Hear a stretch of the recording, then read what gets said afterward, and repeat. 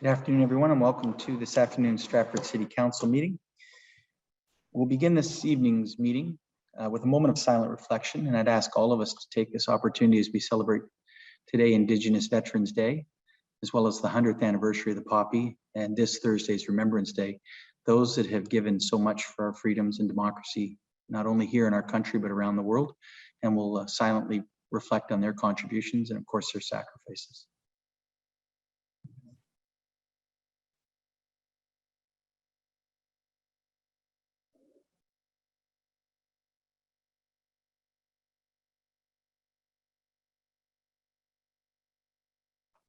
Thank you. I'll turn the meeting over to the clerk at this time. Through you, Your Worship, are there any declarations of pecuniary interest? And if so, please state the general nature thereof. I'll declare one on two agenda items, item 9.1.1 of the Planning and Heritage Committee and Bylaw 11.4 as they pertain to a zone change application for 100 Gordon Street.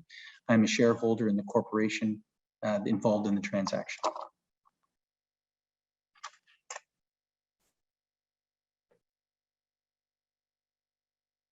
Anyone else?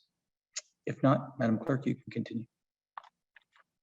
Through you, Your Worship, I believe Councillor Gaffney has his hand raised. Councillor Gaffney. Yes, thank you.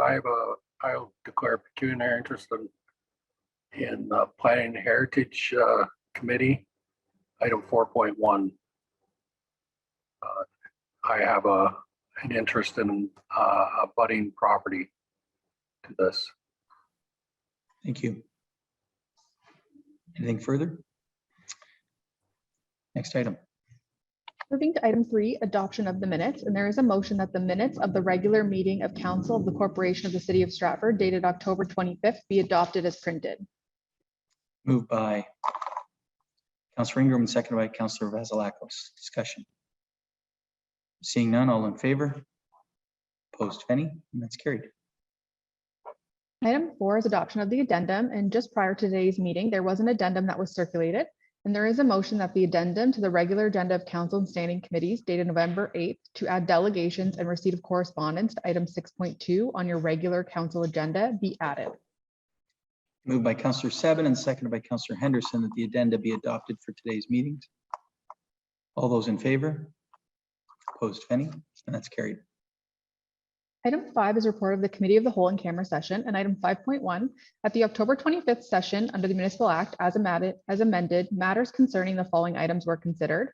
The first being item 5.1, appointments to Stratford Public Library Board under the personal matters about an identifiable individual, including municipal employees or local board employees. And item 6.1, administrative salary review under the labor relations or employee negotiations exemption.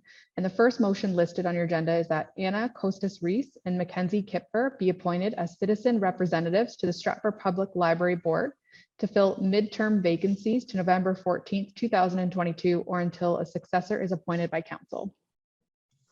Thank you. Moved by Councillor Burbach and seconded by Councillor Ingram. Discussion. All those in favor? Opposed, if any? That's carried. Through your worship, the second motion listed on your agenda is that City of Stratford administrative employees receive an economic adjustment of 2% effective January 1st, 2021, as previously funded in Council's approved 2021 budget. That an annual economic adjustment equivalent to the union agreement increase the duration of the agreement be implemented, and that the direction to implement an annual economic adjustment for administrative employees equivalent to the union agreement increase the duration of the agreement can be amended by Stratford City Council. Thank you. Mover for such, Councillor Clifford and Councillor Gaffney. Discussion. All those in favor? Opposed, if any? And that's carried. Item 5.2 at the November 2nd session under the Municipal Act as amended, a matter considering the following item was considered, and that was item 3.1, good governance, education and training session. And a meeting of council or a local board or of a committee of either of them may be closed to the public if the following conditions are both satisfied. The first being the meeting is held for the purpose of educating or training the members, and 2, at the meeting, no members discuss or otherwise deals with any matter in a way that materially advances the business or decision-making of the council. And as the purpose of the in-camera session was to provide education and training, no direction was given. Thank you. Item 5.3, the November 8th, 2021 session under the Municipal Act was canceled. Thank you. Moving to item 6, hearings of deputations and presentations. Item 6.1 is a presentation by Stop Violence Against Women, Perth County. And I will note that earlier today, staff received correspondence that Emily Schurter is unavailable to attend. However, Rose Rabido is here. And there is a motion that the presentation by Stop Violence Against Women, Perth County, co-chair Rose Rabido, regarding the statistics collected by their organization and on the request to create a safer environment in the community be heard. Thank you. Moved by Councillor Burback and second by Councillor Ritzma that Ms. Rabideau be heard. All those in favor? Opposed, if any, and that's carried.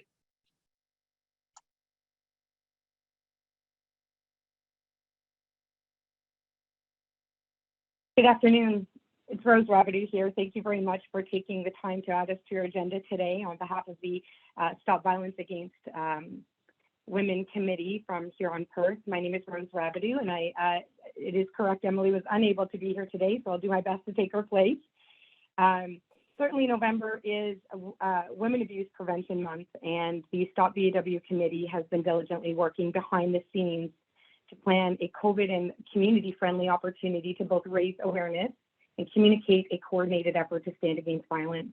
I'll just share some brief information about the committee and the statistics in our community before asking the council to consider participating in this year's event on November 25th. According to the A Blueprint for Canada's National Action Plan on Violence Against Women and Girls, violence against women, simply stated, is a form of gender-based discrimination, a manifestation of historical and systemic inequality between men and women, and the most widespread human rights violation in the world. And occurs in our home, at our workplaces, in institutions, and in our communities. In essence, it affects us all. A few things about the Stop Violence Against Women Committee. We have just over 19 different community agencies, organizations, and emergency services represented on the Stop VAW Committee, from everything from Choices to Change to the Crown's Office, the police services, victim services, victim witness assistance programs, public health, healthcare alliance, children's aid, Catholic school board, family services, and the shelters, a number of different police services and emergency service providers. And we work diligently as a team to promote awareness, foster education, enhance the collaborative efforts of our organizations around the community to both collaborate and coordinate and integrate services to strengthen basically the linkages amongst our agencies and service providers to enhance and provide a more comprehensive client service effort to those who are impacted by violence. We provide several training and educational sessions for those, whether they be service providers, community members, students, family members, and individuals within the community. We work to support the goal of essentially working towards a healthy community where women, children, where individuals impacted by violence as a whole are able to live healthy lives free from violence. Statistically, in Perth County from 2020, just a couple of interesting statistics. When you look at the stats around our communities, we received just over 2,000 calls to crisis lines in our community related to violence. When you look at the domestic violence calls to police services, you're looking at just Stratford Police alone, 726. Child protection cases, where 17% of those investigations are children with exposure to domestic violence.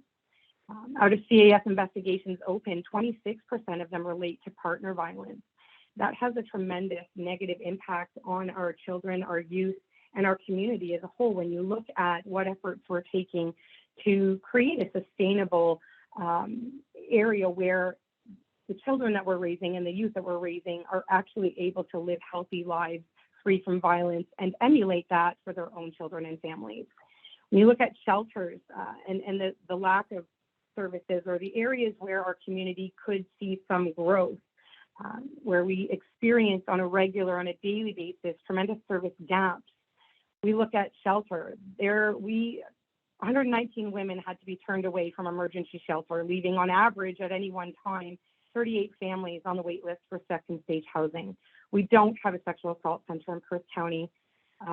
those individuals impacted by sexual violence are actually in essence leaving our county to obtain the supports and some of the supports that they require. We do not have a safe injection site in Perth County. The nearest site receives just over 20,000 visits a year.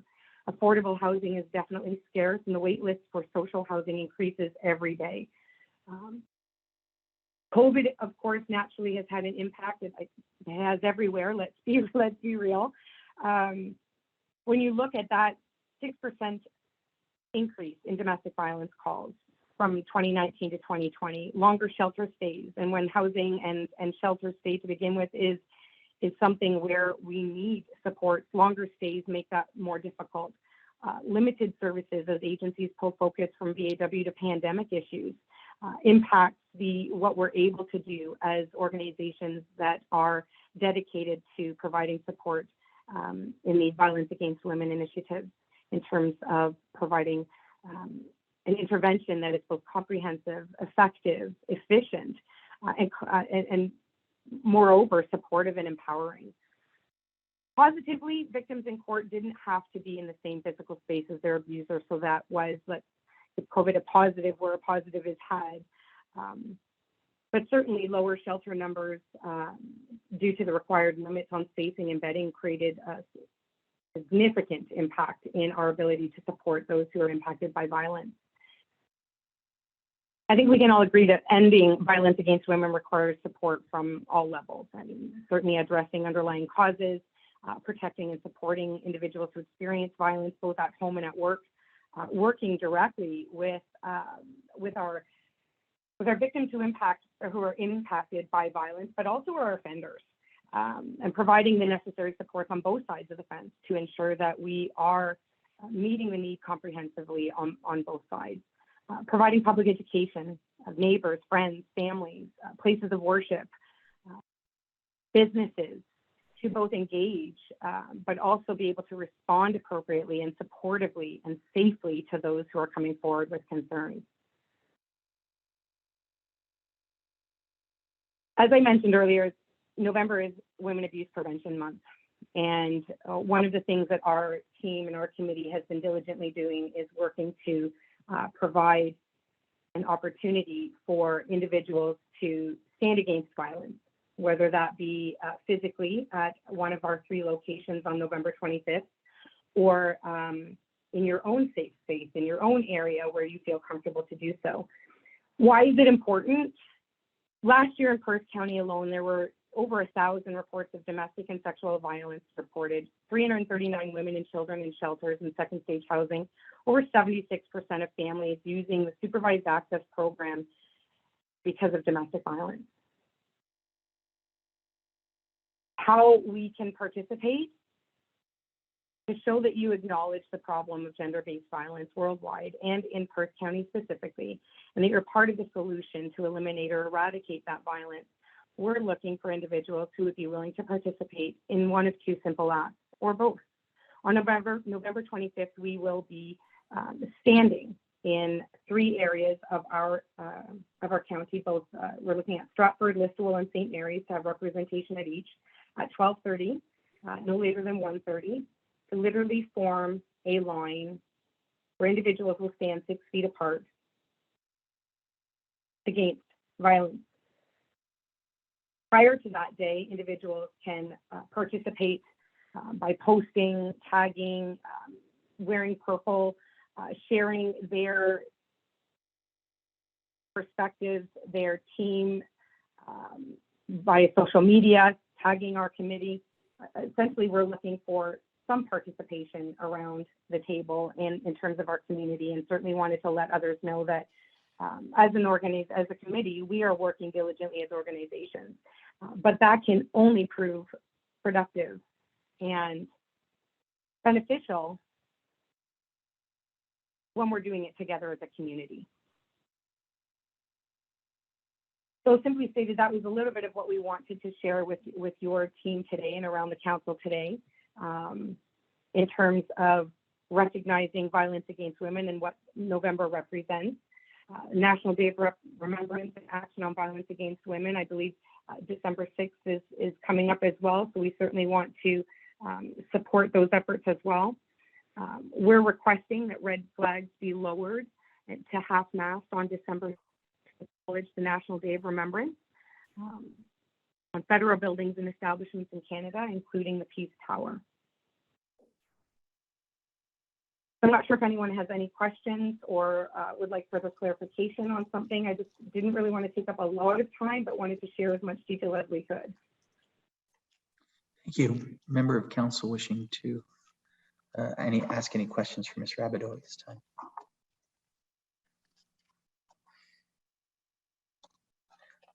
Ms. Rabideau, on behalf of the city, we'd be happy to take part in the events you've described and have representation there. And we very much support the work of Huron-Perth Stop Violence Against Women. And we thank you very much for your leadership.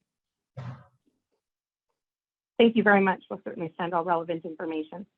Thank you. Have a good afternoon. You too. Madam Clerk. For your worship, item 6.2 is official plan amendment application OPA 01-20 and zone change application Z06-20. Specifically hearing of presentations and receipt of correspondence. And the first motion listed is that the following persons be heard regarding the official plan amendment application and the zone change application. And I would note the 3 additional names included on your addenda to be included in this motion. So I'd ask that a motion be made with the agenda and add the 3 names from the addenda, Councillor Burback and Councillor Ritzma. Discussion? If not, all those in favor? Opposed, if any, and that's carried. I'll turn it over to the clerk now and the deputy clerk to let our speakers in the order that they appear.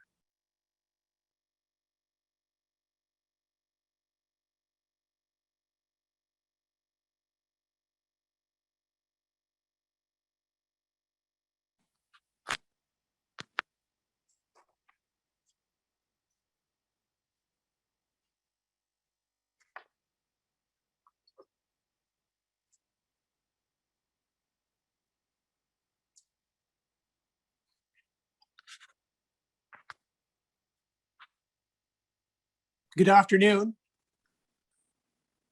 Good afternoon, Mr. Dingman. The floor is yours.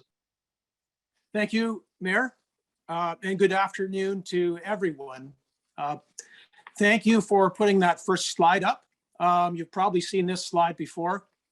It is a section of the official plan. And I would like to just draw your attention to the fact how our city's laid out on the eastern corridor. On the eastern side of Romeo Street, of course, there's a commercial area in the official plan colored red, the downtown core colored yellow, and the connecting link between those two is also demarked as a special policy area 4.5.4.2. Could I ask you to go to the next slide, please?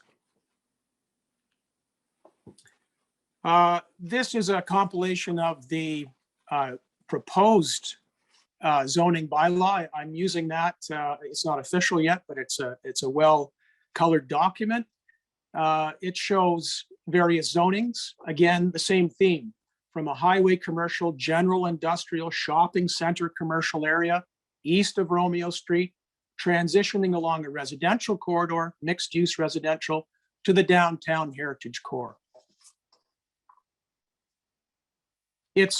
Thank you for those slides. I'm most concerned with this proposed official plan amendment that the character and the purpose, partly of the transition area that's known as a special policy area, is not consistent with the official plan.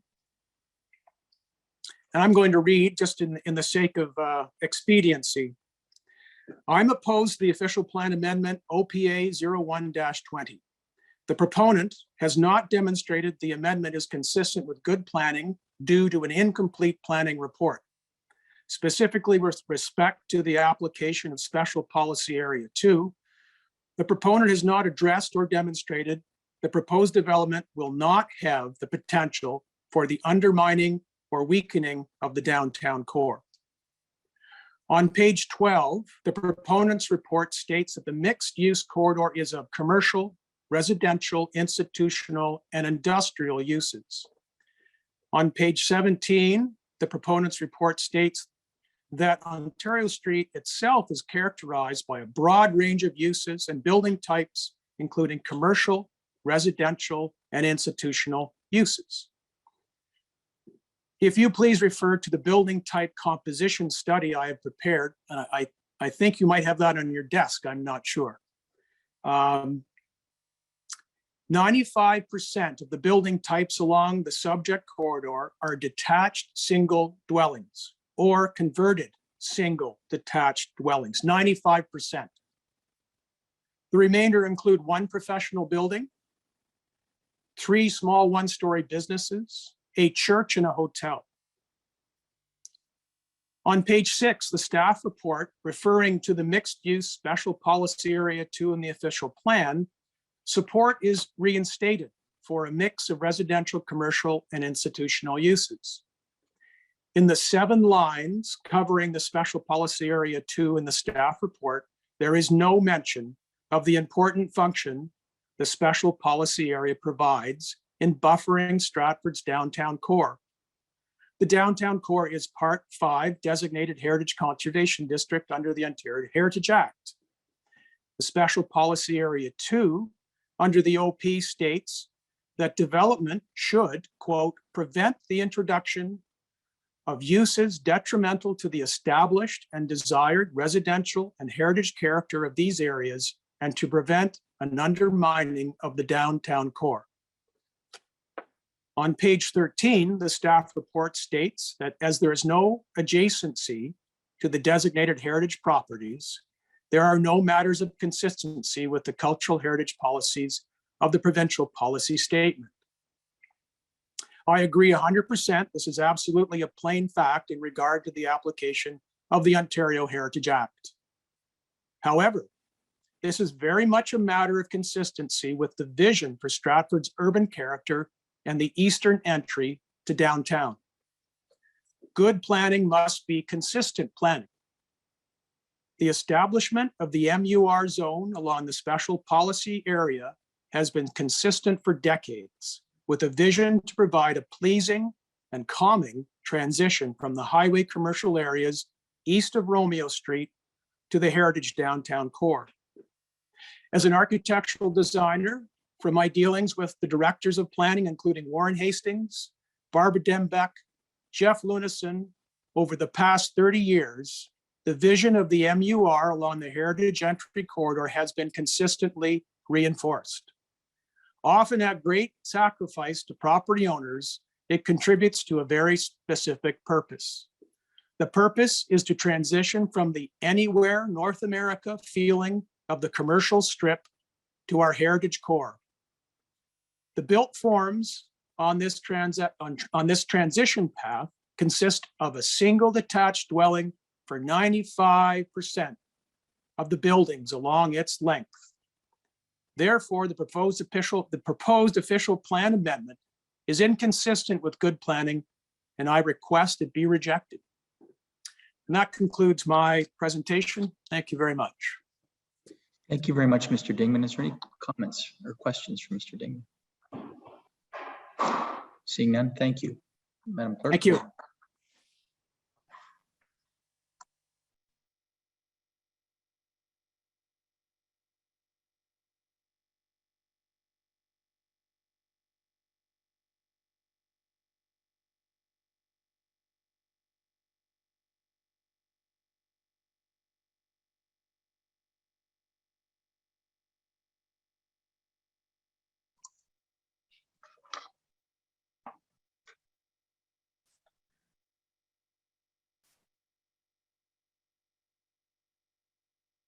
Next presentation. Through your worship, we are just waiting for Ted to show his video and unmute his microphone. Good afternoon. Good afternoon. Hello, my name is Ted Nessier. I live on Water Street. I'm just going to read from this, so my prepared notes. You've all received a letter that I wrote about costly, inequitable, time-consuming, and exhausting process of repeatedly having to rise up and defend what we thought was a stable, thoughtful plan for the development of Stratford. Many here will be able to speak more clearly than I about the number of zone changes, density compatibility, mixed residential inconsistencies, of which there appear to be many. I'd just briefly like to speak about how these changes, apparently for convenience, feel to myself and I think many other residents in this area as well. It feels like the rules can be changed for the highest bidder. The law states that the speed limit is 50 kilometers an hour, but you know, Mr. Chancery here, they've offered me $1,000 to make it 80 kilometers an hour, just as a special deal for him. Well, if Mr. Chancery can have the speed limit changed for $1,000, surely Mrs. Smith can, for $2,000, have it changed to 110 kilometers an hour, just for this special instance. That's what it feels like. It's not what's happening, of course, but that's what it feels like when we have to shake our heads, stare at the floor, and realize once again that we have to organize and fight. That a huge swath of our residential neighborhood is another step farther from traditional family historic homes that tourists consistently rave about, and another step closer to strip malls. I also request that this change in the bylaw or the zoning be rejected. Thank you for your time. Thank you. Are there any questions from members of council? Mr. Nessier, thank you very much for your presentation. You're welcome. I'll Thank give you. it to the clerk.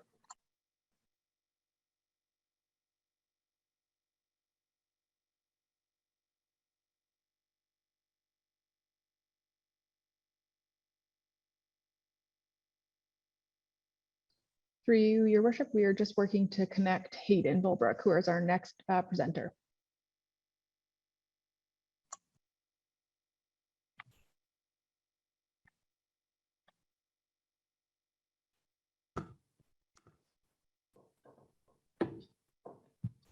Good afternoon, Mr. Bulbrook. The floor is yours. Thank you. So Mayor Matheson, councillors, thank you for this opportunity to speak. And I'm not going to get into technicalities as many others have, including myself in previous comments these past few months. I won't attempt to explain the architectural value of the extant properties at risk, even though that is my passion in cultural heritage and my passion through Stratford history publications, in which I've taught keen locals about our rich history. I won't even quote Jane Jacobs. And I won't persuade all of you, but I know, oh yes, I know that some of you are on the fence about this development. I know that you are conflicted in your beliefs and values. You want to see something happen on this land, and that is fair, but you also don't believe that amending the official plan and rezoning this area is the necessary step. No, you are conflicted in this, as we all are, and that is okay. But deep down, you are questioning the implications that an official plan amendment and rezoning this area to high density can and ultimately will have. You are looking beyond the short-term prize of tax revenue. You are thinking about the consequences that this development will have, not only on the built heritage and built fabric of our heritage-minded city, but on our community values. You know that what planners are saying about this development not setting a precedent is simply untrue. For it will set a precedent that makes it acceptable to chip away and diminish the very things that make Stratford a fine city. Again, not just the built fabric, but the refuge that Stratford offers for tourists, newcomers, and those with an appreciation for old world charm and beauty within this province, within this country. That is something you have to consider. While I recently moved to London for my career, I plan to come back to Stratford with my beautiful girlfriend, who I wish to someday make my wife, and raise a family here. I plan to come back. I will come back, but only if I come back to a place that has the charm and beauty and way of life that it does now hold dearly. Otherwise, there will be nothing worth coming back to. For to come back won't be coming back at all if Stratford becomes just another city, when Stratford is no longer Stratford. And perhaps I sound dramatic, but this development will have tremendous impacts that may alter the fabric of our fine city more than any other decision you've had to make, councillors. Therefore, I ask councillors, as a young Stratfordite whose passion for the city is fervent, perhaps obsessional, to make the right decision. Consider that effective, sound, and diligent development can happen on this land without amending the official plan, without rezoning. Good development can happen within the confines you've helped shape, within your official plan. It can happen with local architects, local builders, and local developers, all of whom know the city to its roots and have an immense interest in preserving what makes Stratford a unique, prosperous place. So, you who are uncertain of which way to go with this decision, I ask you to oppose the official amendment and rezoning. In doing so, you uphold the values that would make our city's visionaries, like R. Thomas Orr, proud. And you uphold values for our city's future generation, my children, your grandchildren. Thank you very much. Thank you, Mr. Boberg. Any questions, members of council? Not, thank you. Madam Clerk, we'll go to the next presentation.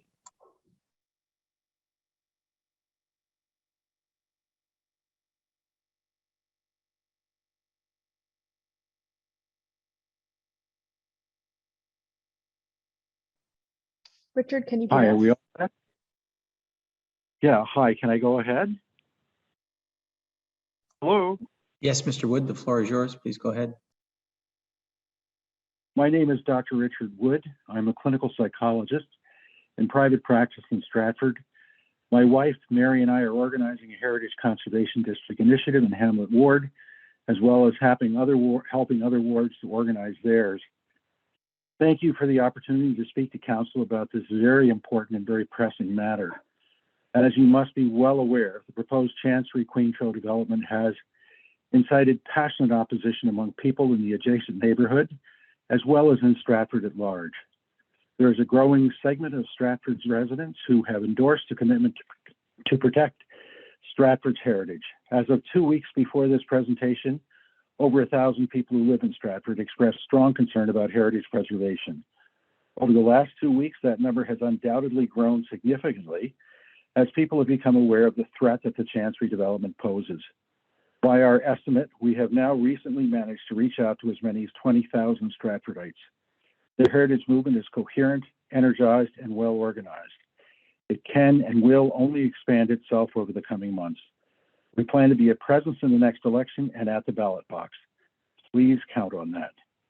In considering the synergy that we have realized, we all recognize that we owe a debt to Jinyi, which had the effect, as you saw, of mobilizing the community's voice.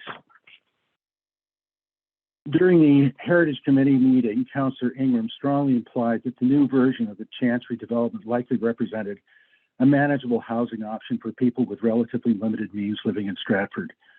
The developer's agent, however, said that lower cost units were something that they might be able to take into consideration.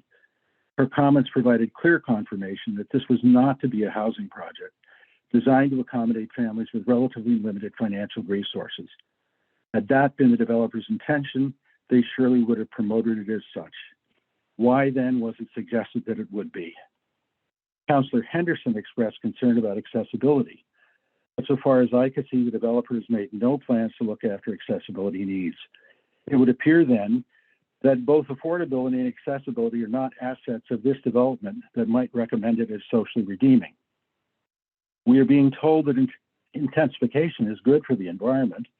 In the process of meeting the dramatic intensification goals Council is setting for this project in particular, we're being asked to demolish 3 existing houses and possibly a 4th without repurposing them. Demolishing a house releases a 40-ton carbon burden for each house that's torn down. If intensification is to serve the environment, how does an additional 120 to 160 tons of carbon footprint released into the atmosphere address our environmental concerns? Some reputable studies suggest that we will need between 50 to 60 years for the efficiency of a new building to pay off the demolition liability of destroying existing structures. The alternate plan for this site that architect Robert Ritz has provided us as an example of what might be done proposes repurposing existing buildings, increasing density by a moderate amount to 64 units per hectare that is compatible with the existing official plan, and offers the possibility that affordable housing units could be purpose-built to provide accommodation relief for some of our stressed young people. One is left to conclude that council appears to be choosing chancery because it maximizes developer profit. Does that truly serve the community and the existing neighborhood? This developer has demonstrated its determination to make over-the-top demands in the hope that the city might allow it to consummate as large a profit as it can get away with. In response, it's up to us to stand by our own values and see to it that our own interests are protected. Even curiouser, to borrow a phrase from Alice in Wonderland, numbers of city councillors appear to be turning a blind eye to the impact of precedent. Approving this plan exposes Stratford's residents and neighborhoods to repeated future violations of their streetscapes and their heritage by other greedy developers.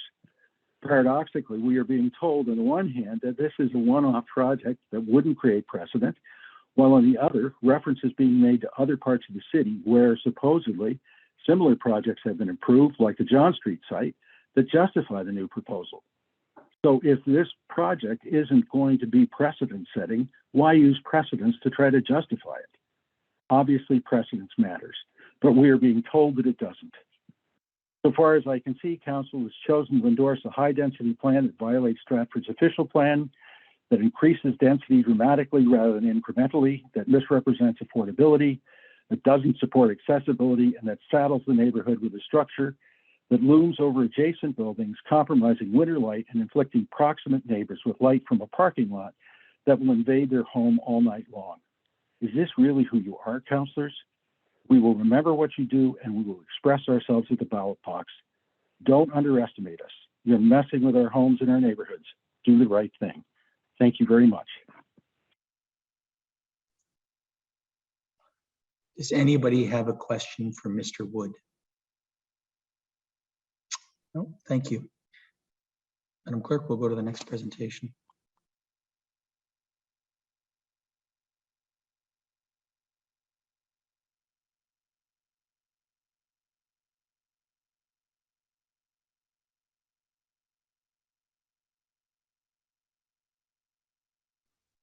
Through your worship, we are just working to connect Barb.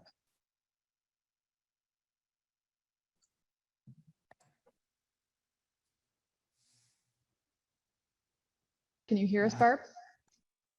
Hi, just a moment. Are we good? Yes. Thank you. The floor is yours. Thank you very much, Mr. Mayor and Council, and thank you for the opportunity to be speaking to you today. I'm new to Stratford and felt it was important to express my concerns about the Tro Queen application. I lived in Caledon all my life and grew up on a horse farm, but it was time for a new experience. We decided to seek out a town that was beautiful, walkable, and most importantly, rich in historical architecture. We fell in love with Stratford and made this our home. I'm a former regional councillor for the Region of Peel, encompassing Mississauga, Brampton, and Caledon, 1.5 million people. I'm well-versed in development challenges and developer self-interest. As a councillor, I was fortunate to attend conferences on sustainability, building livable cities, and planning. I attended the Ontario Professional Planners Institute conference, which was a highlight for me, being able to mingle and chat with planners from all over Ontario, listening to guest speakers about industry concerns. And this is where I learned the term backfilling. As councillors, we are meant to question reports and not take everything at face value. I read your October 25th report, and for me, this is a report that should be questioned. The first thing that came to my mind as I was reading was backfilling. This can be defined as crafting a report to support a predetermined outcome. So an example of that would be the comparables listed actually aren't comparable at all. They do look good at first glance, but then you have to dig a little bit deeper. Examples were not in the heritage corridor, not in the heritage area. They were old schools, they were factory sites, they were 1960 developments, and some predating your last OP. And a lot of them were huge, huge properties, but none involve justifying tearing down historical homes. This report goes against your OP. Yes, it's a living document, but you have to do the work. You can support it only when you've done the analysis and the studies required. How can you go against your existing zoning bylaw? And how could a report show a lack of respect for heritage value? I'm familiar with developers' disregard for communities. I saw it time and time and time again within Peel. Developers, I can tell you, want what they want, and they will always want more than what is allowed. This is how they boost their profit. If you show any signs of weakness, they will take advantage. It would be a dangerous precedent, and yes, this is a precedent, if this application were to pass. It would be open season on Stratford. The next application, the developer will want the same, and so will his friends.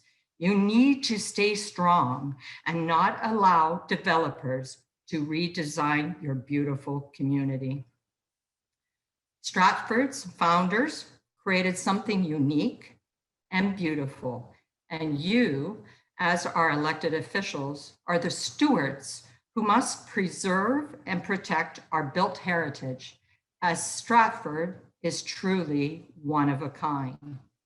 Please listen to the residents who have spoken up against the inappropriate development and strive for better. It's interesting that years ago, a council did not feel it was important to maintain your own city hall, what is now your city's pride and joy. The council of the day voted to tear it down. The residents saved it. Don't be that council. Be the council that values Stratford's heritage. You have to say no to this application. And thank you for your time. Thank you. Is there any questions from Ms. Shaughnessy? If not, thank you very much for taking the time this afternoon to address council. Thank you. Madam Clerk, I believe our next speaker is Ms. Walker Fitzpatrick. Your worship, that is correct, and we are working to connect her now.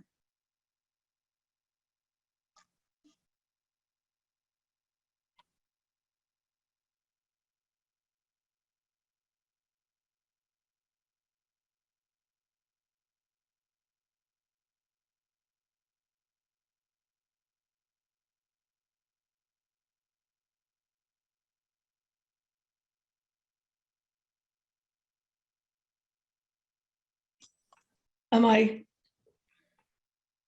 I being heard now? You are. Thank you.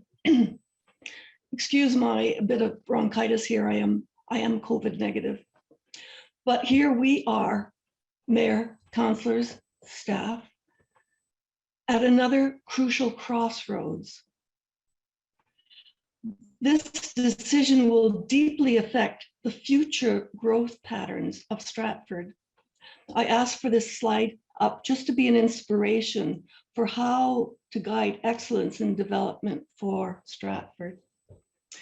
Well, we know that our Earth is in a climate crisis, and many of us are struggling with how to help. I am a member of Climate Reality, and I'm pleased that Stratford is embracing the initiative to develop within the city boundary. The citizens who are advocating for reasonable intensification on Ontario Street are not against developing the area. They understand the need for accurate intensification. They have offered compromise and mediation.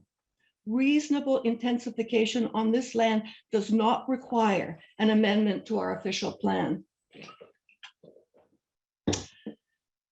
Twice this year, there has been a rising of citizen resistance to a direction in which council is leading the city.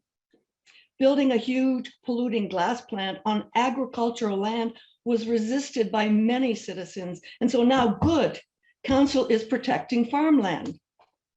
And now for this second time this year, there is a growing active citizen resistance.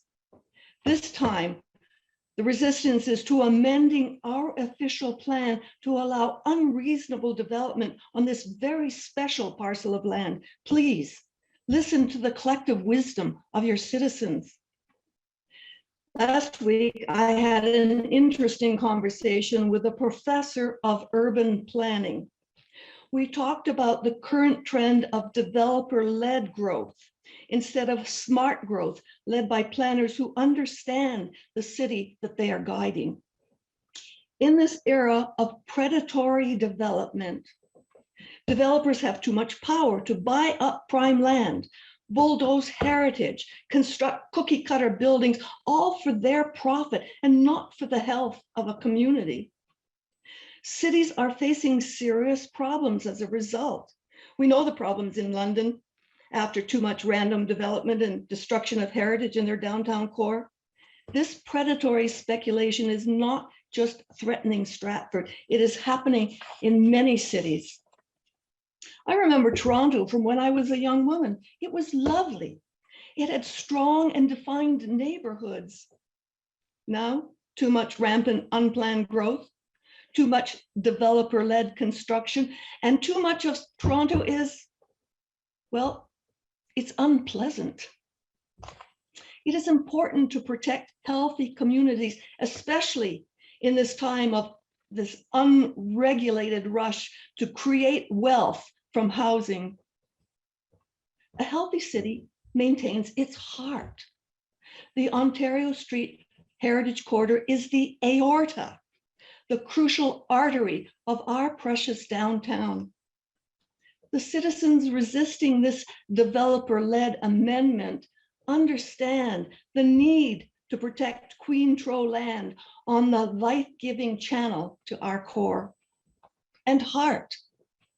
Council should feel empathy for the citizens living in this area, stressed and threatened by irresponsible intensification.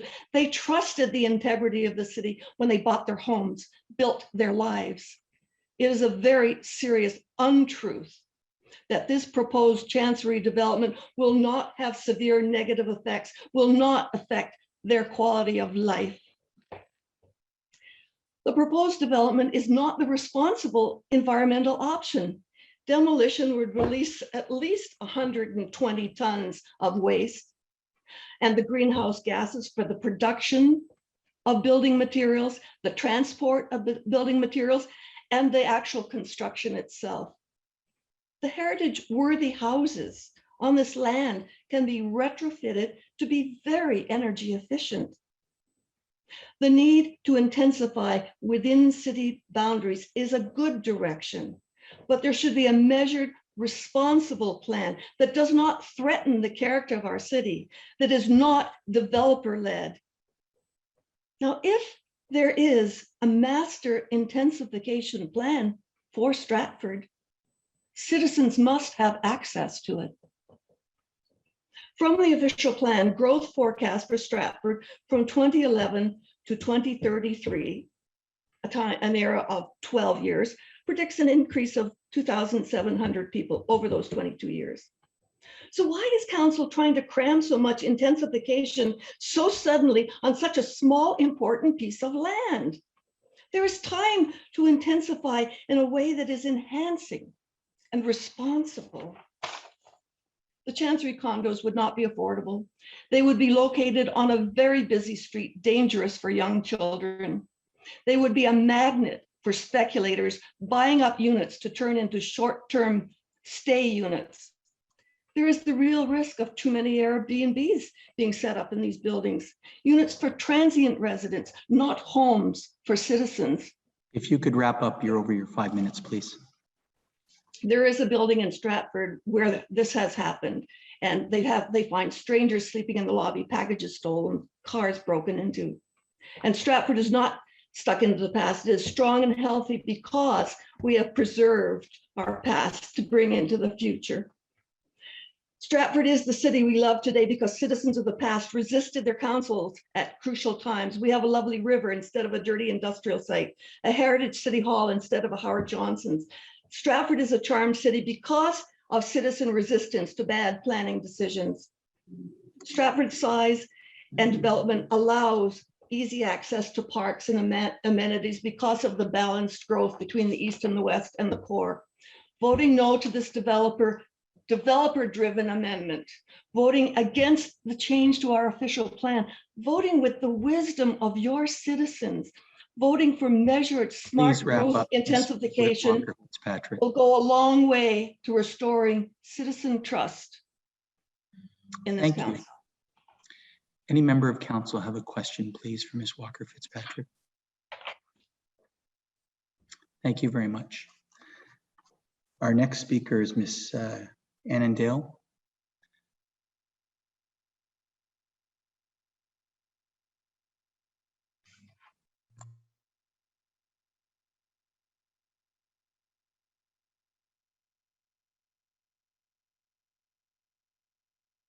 Good afternoon.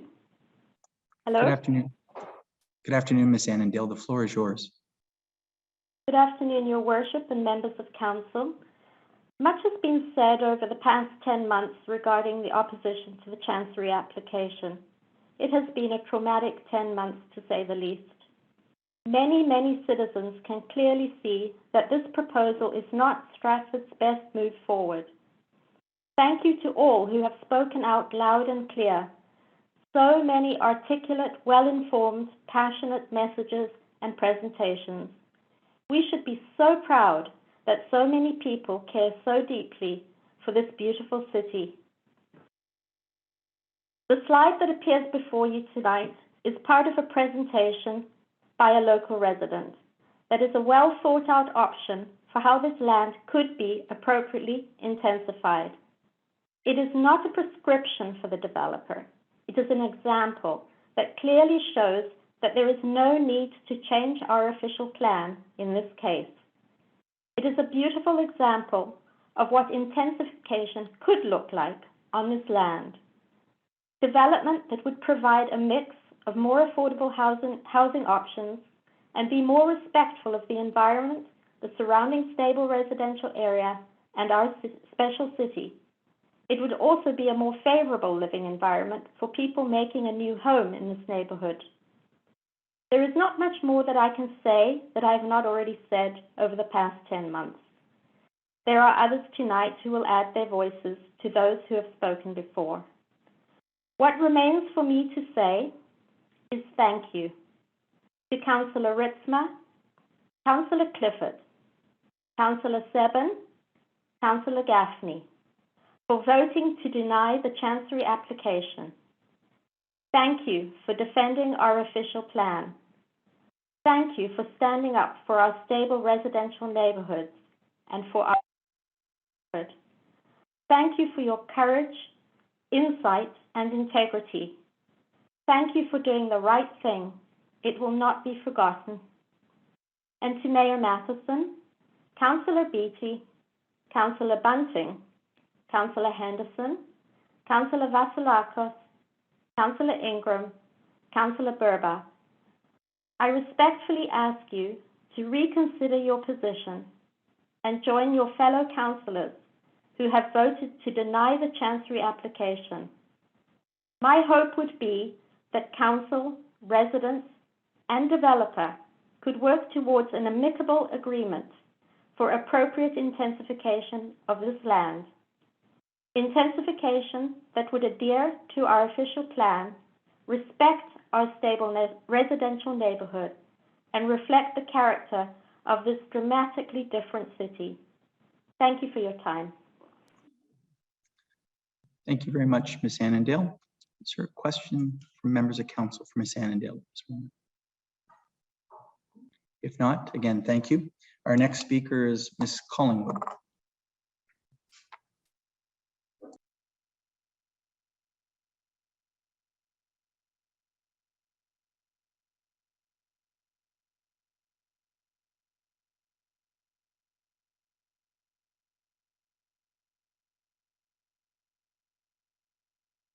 Through your worship, we are working to connect Sharon. Can you hear us?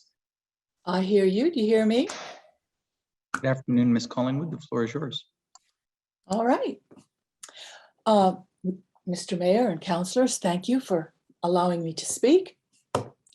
I've been going over past council meetings to be sure we've covered everything. And I found 3 points that I think need more attention.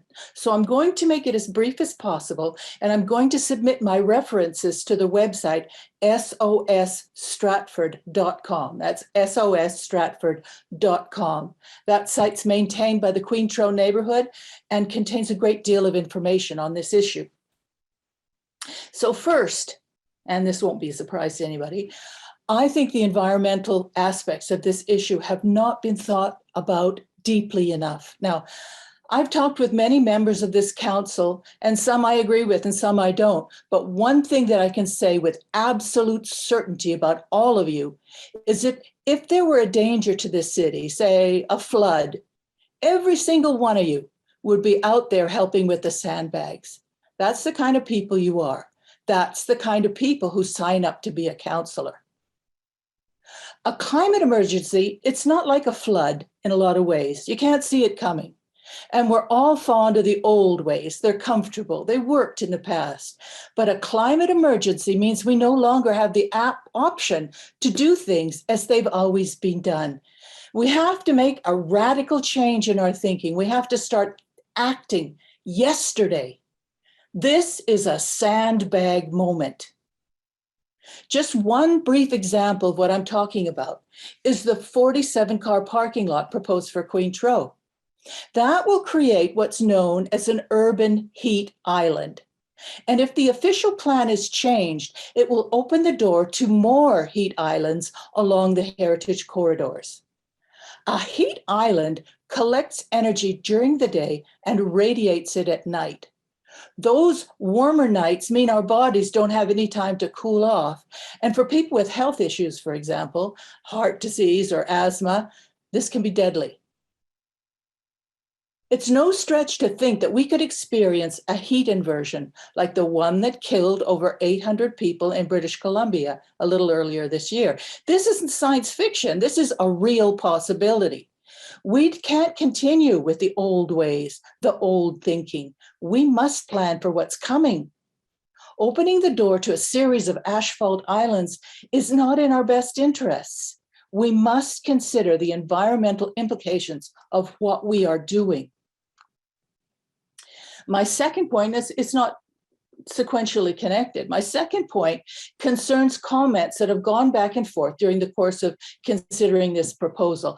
I think it's really important to keep the discussion focused. Red herring arguments are arguments that distract attention away from the actual topic under discussion, and they confuse the issue. It is a red herring argument to ask where this building should be built, if not here. The question is unrelated to the individual considerations of this particular area, and it avoids the question of the official plan requirement for incremental growth and consideration of heritage. It is a red herring argument to say that other areas have higher density buildings. Some of these properties were built before the official plan was even written. Others differ from the Queentrow project in many respects. It is a red herring argument to say there are other tall buildings in Stratford. We are considering one particular neighborhood here, and we're talking about a radical change, not the gradual growth recommended by the official plan. We're talking about amending our official plan for the first time to permit high density in a stable residential area. We must avoid red herring arguments if we're to fairly argue that issue. My final point concerns density. And I don't think this has been talked about. I'm not sure, and you'll probably correct me. We heard from the planning department in September that they do not have density figures for our city. Yet the section 3.3.2 of the official plan requests the city to, and I quote, point H, monitor intensification rates in relation to the city's intensification target on an annual basis. And point I, review the status of intensification every 5 years. And where intensification target is not being achieved, consider additional initiatives to encourage intensification. Yet the planning department cannot give us a measure of density. What is the point of imposing density on neighborhoods without actually understanding the overall picture? It is the city's responsibility, according to the official plan, to assess density in Stratford. If the city hasn't performed this duty, then it has no rationale for making requirements of individual neighborhoods. At the very least, I urge you to follow the official plan and deny this proposal until appropriate studies are done. So those are my 3 points, and I would just, in conclusion, like to reiterate them. Number one, it's a sandbag moment. We must prepare for what's coming. Number two, avoid red herrings. We have to make our discussions clear. We have to understand each other. And point three, without a comprehensive study of density, this project cannot be properly judged and should therefore be denied. And I thank you very much for listening. Thank you very much, Ms. Collingwood. Is there any questions for Ms. Collingwood at this time? Seeing none, we'll go to Mr. Robert Ritz.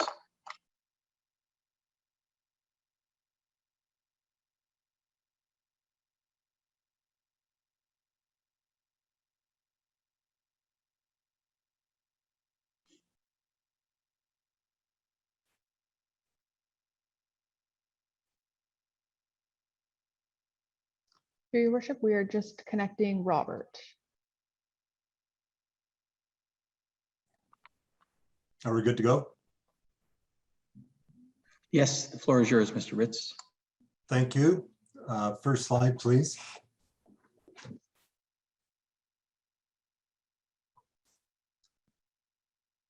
Mayor Matheson and members of council, I'm going to begin by going through the last email I sent you last night.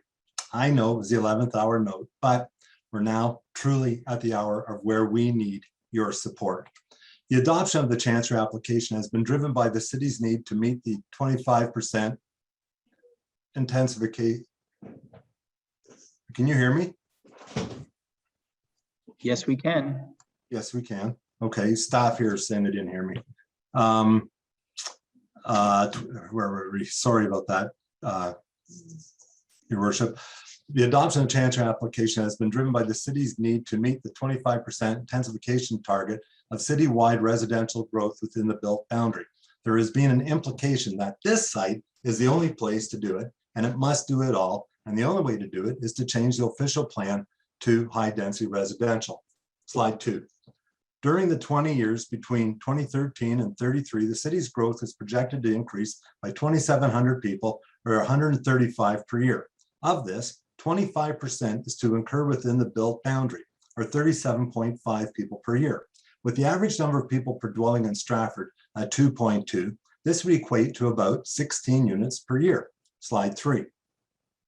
The proposed compromise medium density development accepted by the neighbors has 18 new dwelling units, 2 more, not 1, 2 more than the 16 dwelling units required. So it exceeds the 25% intensification target. So by the math, there is no need for the amendment to the official plan. Slide 4 has the OP 912.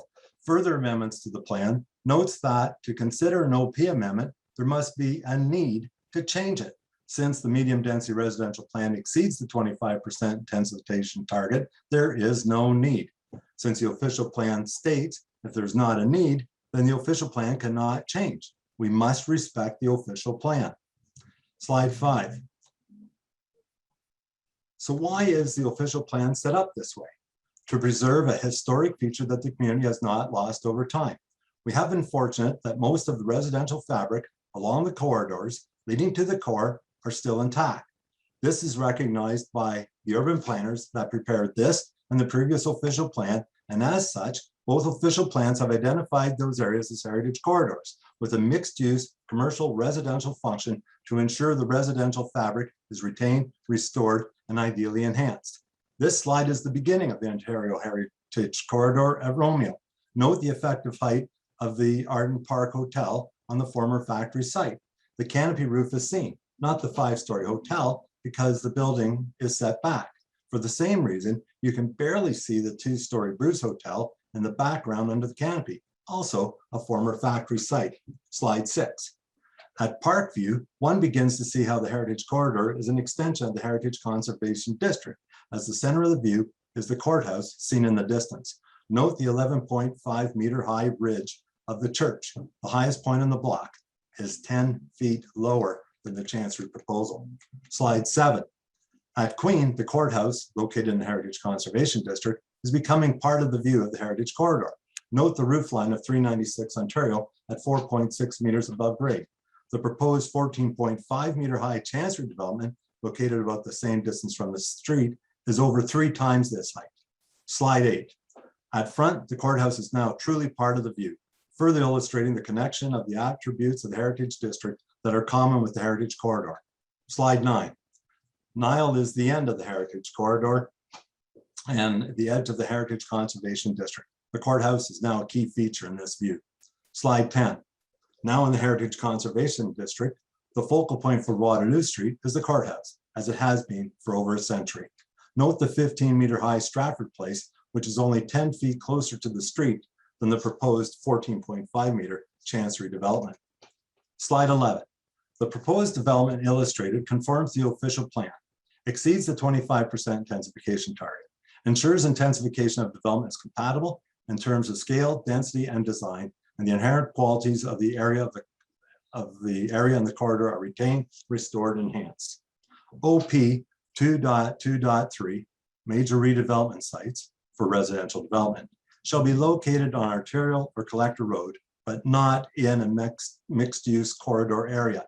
Since Ontario Street Heritage Corridor is in a mixed-use corridor area, the official plan is clear. It cannot be changed. We must respect the official plan. Slide 12. So why is Chancery proposing a change to the official plan? How is it appropriate to place a high-density residential land use on the map in the heart of a low-density, stable residential heritage area on the Ontario Street Heritage Corridor? Why the need for high density when medium density residential can be achieved without changing the map, as well as maintaining the existing character of the entranceway to our Heritage Conservation District? Council, please support the citizens. Deny Chancery's request to change the official plan. Final slide 13. If you think the planning department is now busy managing zoning amendments, just wait, because if high density residential development is approved and with development creep, which site will be next to be an apartment or a stacked townhouse? Please deny the change to the official plan. Thank you. And Tatiana, please add this and my emails to you as correspondence in the opposition to the Chancery official plan change. Thank you very much, Mr. Ritz. Is there any questions for Mr. Ritz at this time? Seeing none, I believe Miss Nancy Smith is next, so I'll leave it to the clerk to bring Miss Smith into the meeting.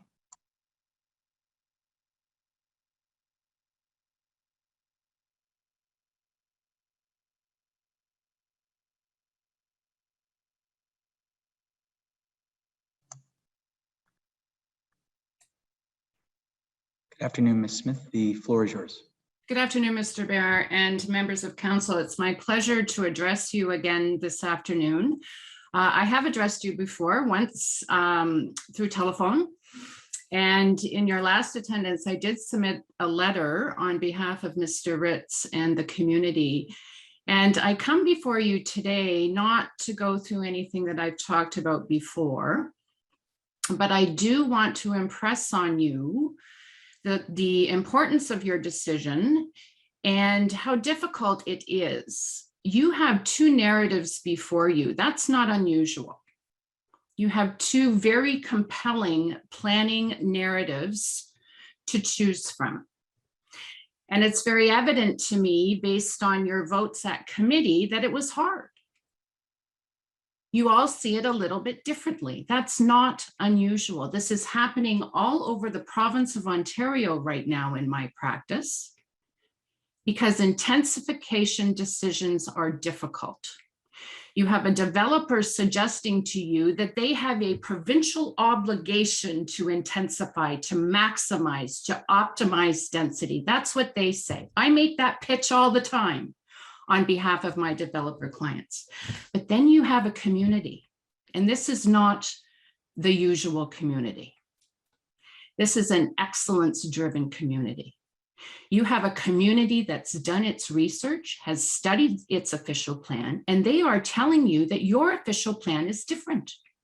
That when you optimize and maximize intensification, you must balance heritage. You must look at the transition that you've already established in your official plan between your downtown core and the commercial. There's a reason that's there.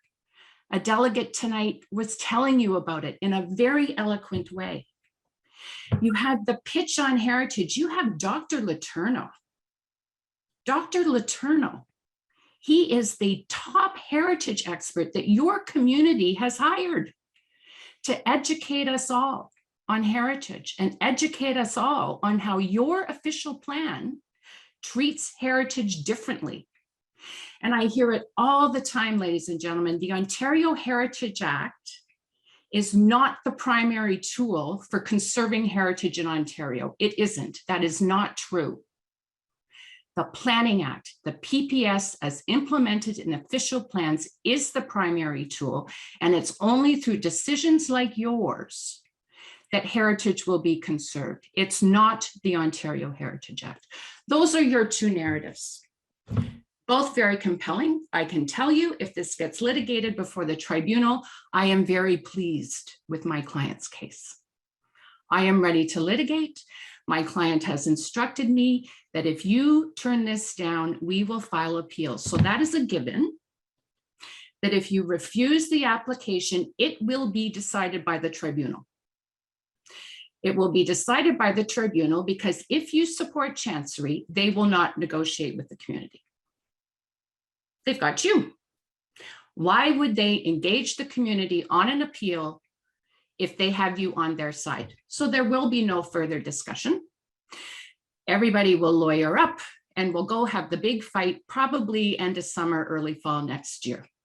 That's the timing. It takes that long. One delegate tonight reminded you, Mr. Wood, reminded you that that's election time. So it is a given. If you turn this down, next summer, in the fall, you will be in a public forum trying to seek re-election for those that are against your community. That's a given. The only answer here, respectfully, is to deny the application and direct mediation. It's a win-win. You will not lose in mediation. The developer won't lose in mediation. He doesn't want to try this case.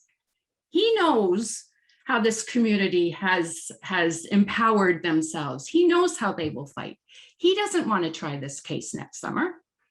He will engage, and you, the community, and the developer can come up with a solution. I have been doing this for 30 years. I love to litigate, but the best solution for everyone is a mediated solution. I wrote you a letter. It's in your material from last session. You deny, you invoke the Planning Act sections that direct mediation, and they unfold. There's a whole process. The tribunal has mediators that they will give this project for free. You don't pay for that mediator. It's part of the tribunal process. It's all in my letter. And you are in the driving seat in that mediation process. You can direct your staff in that mediation process. Pursue affordability, pursue accessibility, retain and reuse the existing structures. Ms. Smith, you're out of time.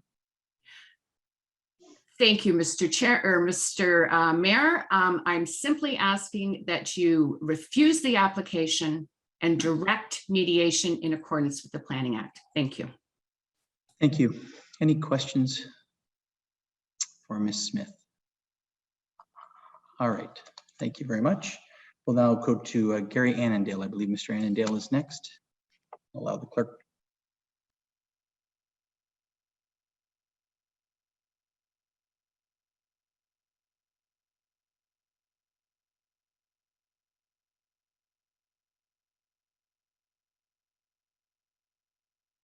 Through your worship, we are working to connect Gary Annandale currently. Thank you.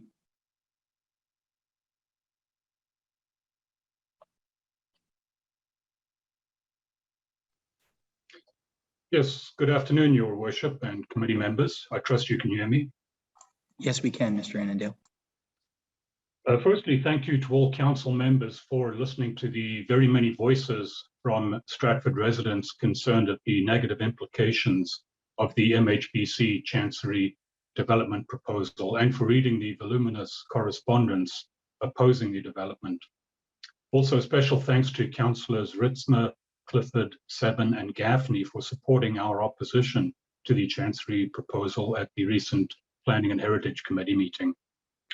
In summary, today we respectfully request that you, Mayor Matheson, and councillors Beattie, Henderson, Vasilakis, Ingram, Burback, and Bunting reconsider their support for the development proposal, because there's really no need for an official plan change to support intensification.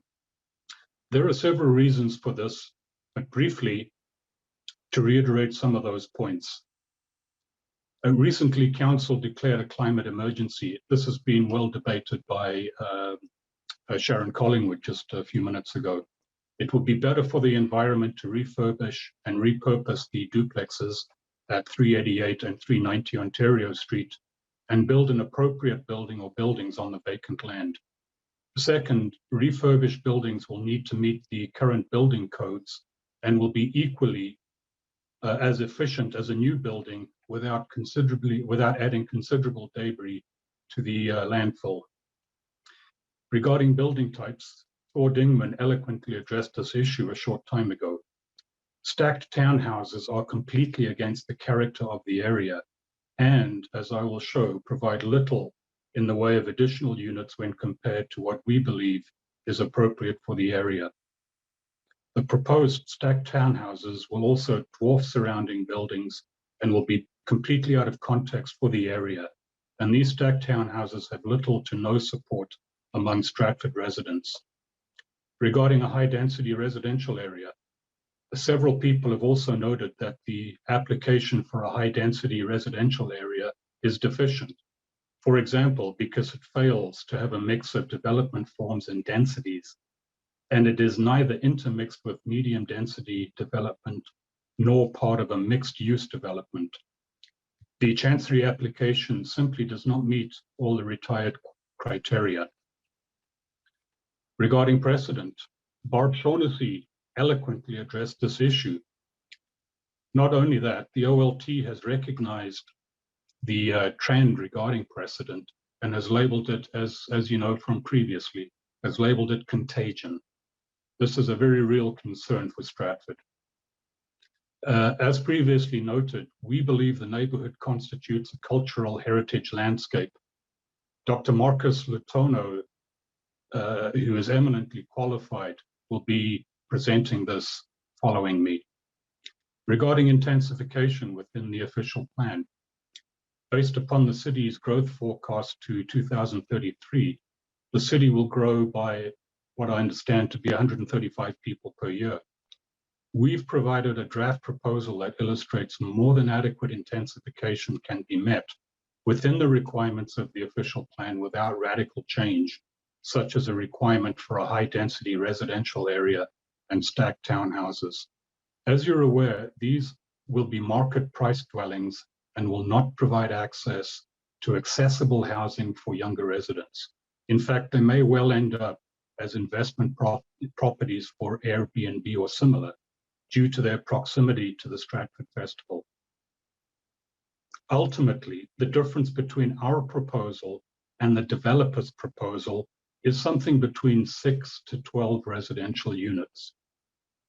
Are you really willing to radically change this area and upset a great many people across Stratford and further afield for a small number of additional residential units? In summary, we trust that you will agree that the proposed MHBC Chancery development is not reasonable for this area. Please reject the submitted development proposal and perhaps invite MHBC Chancery to mediation under the Planning Act. Finally, if you do not, you will be telling Stratford residents that our official plan and zoning bylaws are of little significance. You'll be telling us that the official plan and zoning bylaws can be changed to suit any outrageous proposal. And as I mentioned in my previous presentation, what then is the point of citizen engagement in the upcoming review of the official plan if you agree to this Chancery MHBC proposal to change the official plan? Once again, thank you very much for your time. Thank you, Mr. Annandale. Any questions for Mr. Annandale at this time? If not, I believe our next speaker is Mike Sullivan.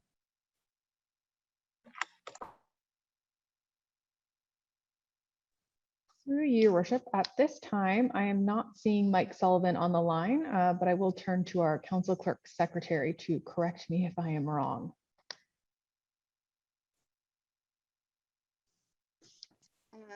Through you, Your Worship, I do not see Mr. Sullivan on the line at this time. Okay, we'll then go to Mr. Holthoff and Mr. Letourneau.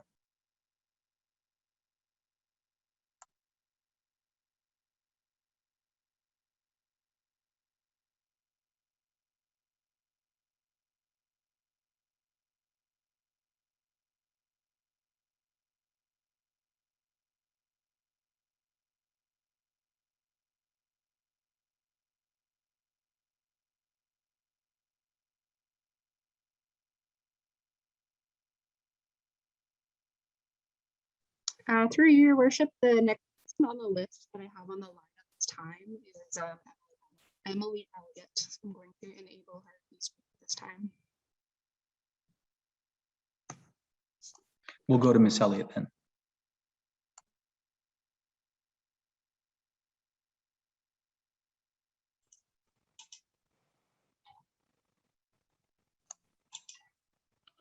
Good afternoon, Ms. Elliott. The floor is yours. Thank you. Good afternoon, Mayor Matheson and members of council. My name is Emily Elliott and I'm a planner with MHBC Planning, and I'm here today on behalf of the owner, Chancery Developments Limited. I'd just like to start by expressing my support for the recommendations contained in the staff report that was presented at the Planning and Heritage Committee meeting, as well as the committee's decision to recommend approval of the official plan amendment and zoning bylaw amendment application, including the modifications to the official plan amendment. Since submissions of the applications in the fall of 2020, we've made significant revisions to the proposal in an effort to address concerns raised by the public. Most significantly, the proposed development has been revised from a 4-story, 17.5 meter high apartment building with 36 units to the current proposal, which is for 2 3.5-story, 14 meter stacked townhouse buildings with a total of 30 units. The current proposal also results in the retention of the house at 370 Ontario Street, with no changes to that building or property proposed. The presentation I made to the Planning and Heritage Committee highlighted the changes to the proposal, and I have this presentation on hand and would be happy to go through any of the aspects of the revised proposal if council would like. Otherwise, I'll keep my comments fairly brief. The redevelopment contemplates the intensification of the site, which features a vacant lot, a vacant commercial building, and 2 single detached dwellings. The site is located on an arterial road within walking distance to downtown. It has access to transit services, and full municipal services are available with capacity to service the development. The proposed development has been designed to animate the Ontario streetscape and enhance the heritage corridor. Compatibility considerations to the existing homes have been considered, including a 21 meter setback from the northerly lot line and a requirement for a landscape buffer fence included in the zoning bylaw amendment. The proposed 30 units will result in adding diversity to the existing housing stock in the area and bringing new units to market during a housing crisis.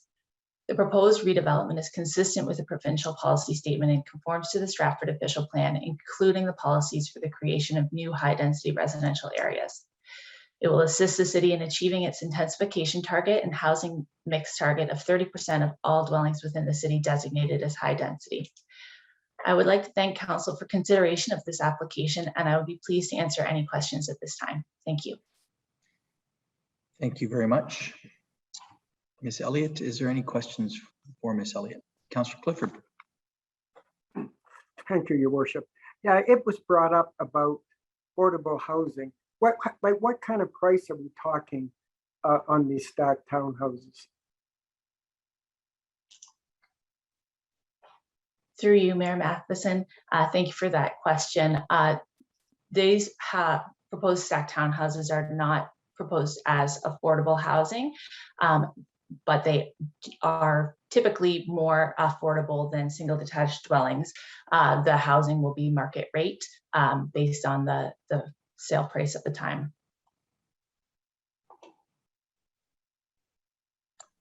Councillor Burback.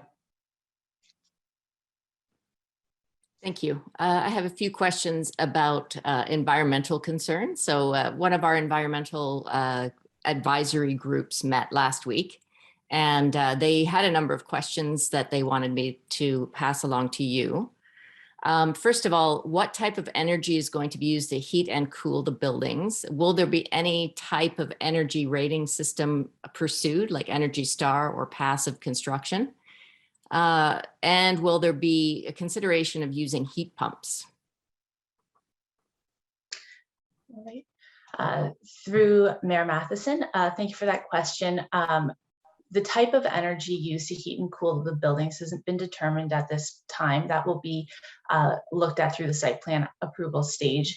However, there will be some sustainability measures also considered through the site plan approval stage, including Energy Star windows, energy saving installation, insulated entry doors, and additional considerations might include things like energy efficient heating, low flush toilets, and LED lighting.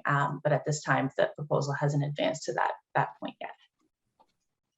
Okay, thank you. Yeah, I realize that some of these questions are site plan approval level, but they are the type of questions that people are really curious about. And if the developer can give us a little bit of information, that's great. So the second question is the developer intending to install EV charging stations? Because they're very hard to retrofit or add after the fact. Through the mayor, installation of EV parking spaces, again, will be determined at the site plan stage. Because parking is provided in a surface parking lot, there are fewer challenges associated than installing EV charging stations in parking garage. But again, that will be looked at through the site plan stage. Okay, the third question I have is about a storm management plan for the parking lot. And would the developer be willing to use a low impact design or LID to create an environmentally friendly drainage plan? Through the mayor, through the rezoning and official plan amendment application, a functional servicing and stormwater management was prepared to support the application. This report confirmed that on-site stormwater management controls would include surface and underground storage, and then there would be an oil and grit separator installed to deal with stormwater quality control.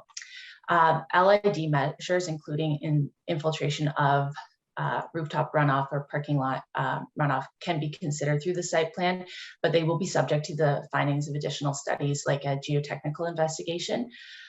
Through the site plan stage, there will also be a landscape plan prepared, and that may include additional plantings to assist in infiltration and could include native and drought tolerant species. So those are all things that we'll look at through the site plan application stage. Great, thank you. Glad that those are being considered. The last question is there a plan for bike parking and for recycling and garbage bin storage, or a green bin, sorry? Sure. And through the mayor, the city's new zoning bylaw contains minimum requirements for bike parking that will have to satisfy. The specific location and style of bike racks will be looked at through the site plan application stage. In terms of waste collection, municipal waste collection is proposed, and we'll work with the city through the site plan application process, again, to determine the preferred form of waste collection, including the appropriate location for bin storage if necessary. Okay, thank you very much. Those are all the questions I had. Are there any other questions for Ms. Elliott? Councillor Henderson? At the last meeting, I asked about accessibility, and I know it's going to be addressed during the site plan, but I'm assuming you would know at this point, you have 6 sets of steps to the 2 buildings. Is the back entrance going to have steps? Through the mayor, at this point, we'd have to look at that through the site plan application stage. We haven't prepared detailed floor plans and elevations at this point. Okay, and I'll be looking forward to that as I sit on the accessibility site plan review, and I'm sure you'll be hearing lots from us about recommendations. Thank you. Thank you. Councillor Clifford. Yes, the councillor brought up about stacked townhouses, and I'm not in. I don't know if we have any in Stratford. I think they are in larger, like Toronto and Hamilton and whatnot. But am I to understand they're all a walk up every, and all the entrances will be on Ontario Street? Is that correct? Through the mayor, yes, all the front entry doors will face Ontario Street. There are different ways to design a stacked townhouse to minimize stairs on the ground floor unit, but yes, typically all the front doors are facing Ontario Street. Anything further?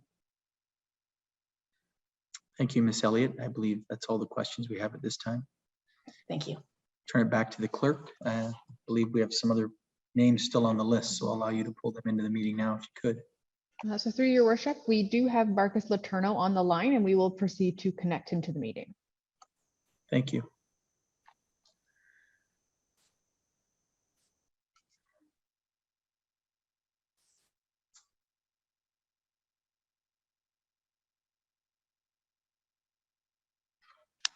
Good afternoon. Can you hear me? Yes, I can. Yes, we can. Thank you. Mayor Matheson, members of council, thank you for the opportunity to speak today.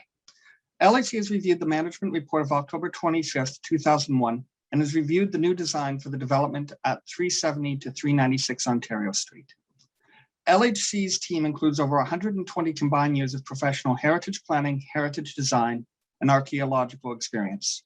We bring an experience not only practicing heritage planning, but also teaching heritage planning and urban design at several Ontario universities and colleges.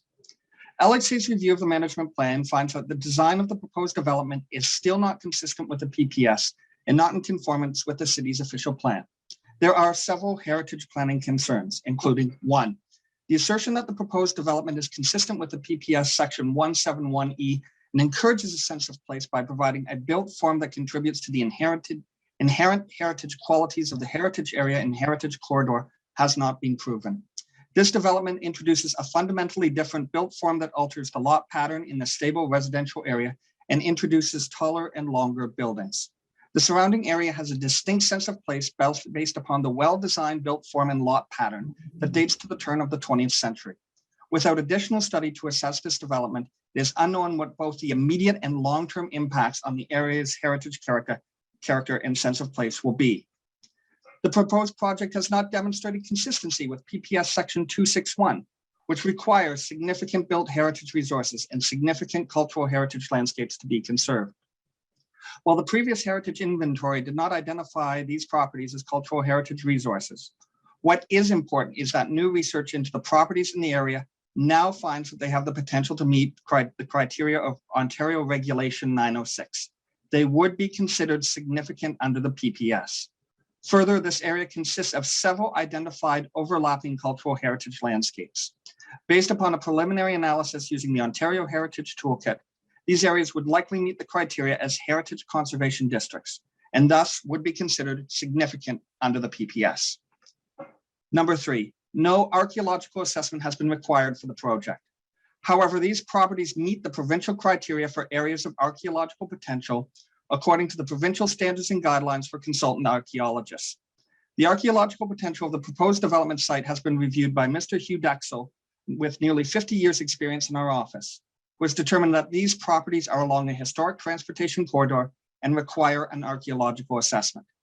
Therefore, it has not been demonstrated that the proposed project is consistent with PPS section 262 or conforms with official plan policy 356 or 8.3.1 subpoint 7. Indeed, if the city wishes to do so, we would strongly recommend contacting one of the archaeological review officers at the Ministry of Heritage, Sport, Tourism, and Cultural Industries to confirm our findings. No document such as a heritage impact assessment has been provided showing how the proposed development is consistent with the city's official plan policy 3.5.8. There is no analysis other than city staff's assertion that the policy has been met. There has been no study of the character of the heritage area or heritage corridors. In a management report from October 12, 2021 about a proposed development on nearby Daly Avenue, on pages 3 and 4, the city has stated, the official plan does not contain detailed policy direction on what constitutes the inherent heritage qualities of the heritage area and heritage corridor. Chapter 6 to the official plan does provide some general policy direction to ensure that the city's distinctive identity, visual quality, and urban character is maintained and enhanced. Specifically, OP Policy 629 states that infill development is to implement the rhythm, massing, character, and context of adjacent development while recognizing that built form evolves over time and that new buildings should not necessarily replicate existing buildings, end quote. LHC's preliminary analysis shows that the character of Ontario Street and nearby streets around the proposed development is largely homogeneous in character regarding lot pattern, building size, late 19th and early 20th century 2 to 2.5 story residential building architectural styles and patterns, materials, lot coverage, and mature vegetation. OP Policy 4531 about stable residential areas requires new intensification to be modest and incremental through changes such as development of vacant lots, and under sub-point 7, respect the residential lotting pattern in the immediate surrounding area. Based upon LHC's preliminary research, the surrounding lotting pattern contributes to the area's heritage character. Lastly, OP Policy 8.3.1 sub-point 6 requires an HIA where proposed development is in a cultural heritage landscape. This is in 2 cultural heritage landscapes. An HIA has not been completed. Thus, in our professional opinion, it has not been demonstrated that this development is consistent with the PPS or conforms with the OP. Thank you. Thank you very much. Is there any questions? Councillor Ritzma. Yeah, and thank you for your presentation. So in your opinion, what would be the maximum building height for that would fit this local heritage area or corridor, as you put it? It depends upon how the project is proposed, but you could expect to see something between 2 and 3 stories, depending on how it was done. Can you expand a bit on that through the mayor? Through you, it depends on the architectural style. It depends on the design. It depends on if you are doing a gable roof with dormers, are you doing a flat roof? Ultimately, it comes down to these different options in terms of possible design. Thank you.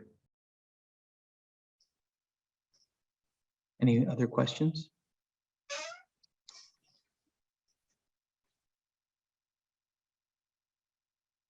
All right, thank you very much for your presentation. Madam Clerk, we still have others on the list, correct?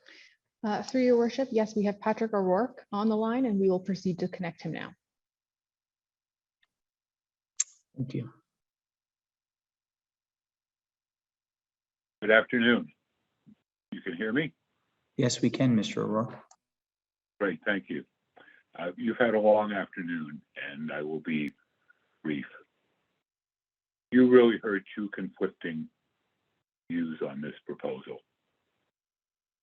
Proponent and the city staff, professional planners, say it's consistent with the official plan, it's good planning, and should be approved.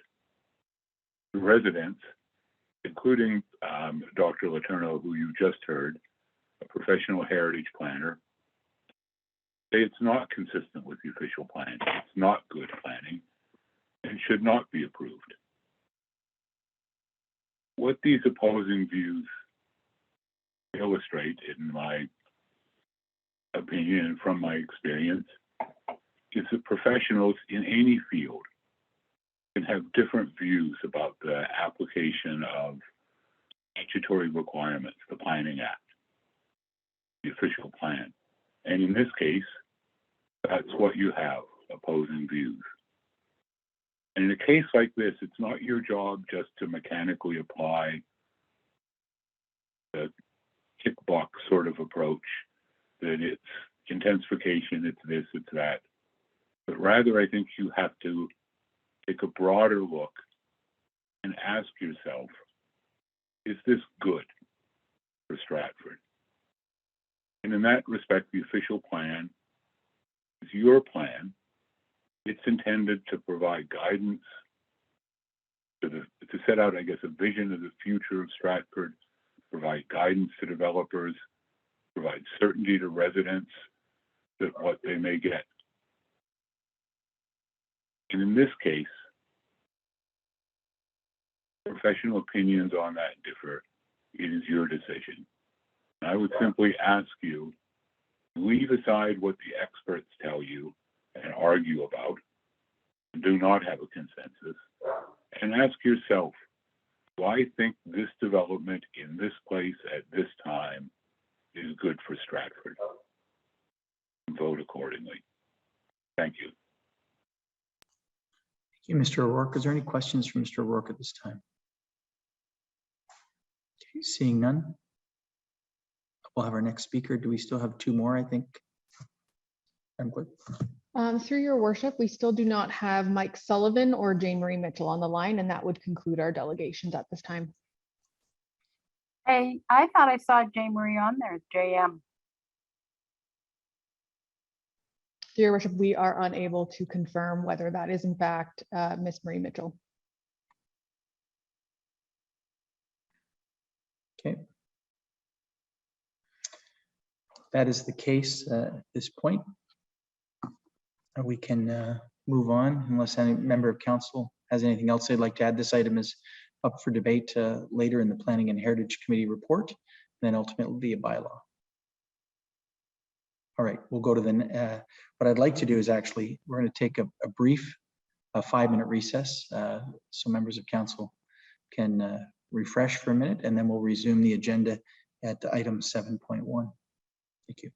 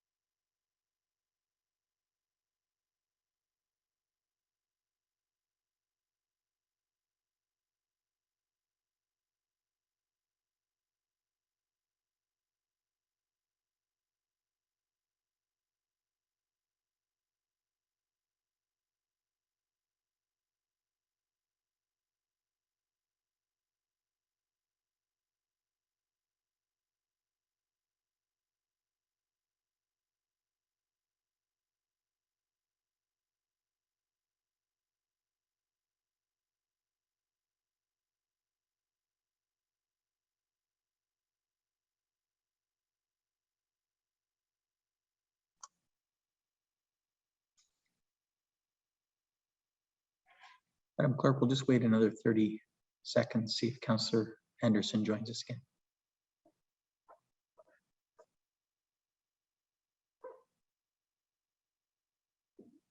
Here we go. All right, we're back, so I'll turn the meeting back over to the clerk. Through your worship, returning to item 6.2, there was one additional motion listed, and that was that the correspondence from the following persons be received regarding official plan amendment application OPA 01-20 and zone change application Z0620. And that is for the persons listed on your agenda as well as on your addenda. Mover for such, Councillor Ritzma, seconding Councillor Ingram. Discussion. All those in favor? Opposed to any, and that's carried. Item 7 is orders of the day, and item 7.1 is a resolution regarding consulting services for the Transportation Master Plan, and there is a staff recommendation that the request for proposal RFP 2021-46 for Transportation Master Plan Consulting Services be awarded to IBI Group Professional Services, Inc. at a total cost of $180,940.12, including HST, and that the mayor and city clerk or their respective delegates be authorized to sign the contract agreement. Over for that, Councillor Vasilakos and Councillor Burback moving and seconding. Is there discussion? Seeing none, all in favor? Opposed to any, and that's carried.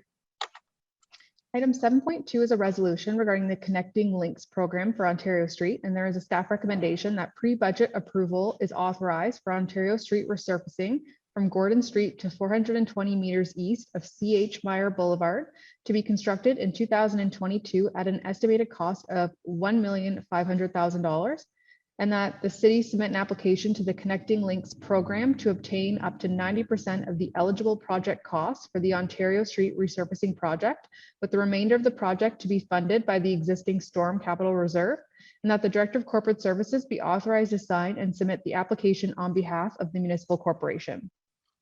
Thank you. Councillor Bunting is moving and seconded by Councillor Gaffney. Discussion. Councillor Clifford. Yes, I was going to ask, your worship, if the application was successful, would the road be closed, and what time of the year would the majority of the construction be happening? Turn that over to Mr. Crinklaws, the Director of Infrastructure. Yes, through your worship. The anticipated timelines for this would be May, June next year starting, and it would likely take a couple months before completion. If the application was not successful, then we would proceed with the project. We just canceled it. Thank you. Other questions? Thank you, Mr. Crinklaw. All those in favor of the motion? Opposed, if any? And that's carried.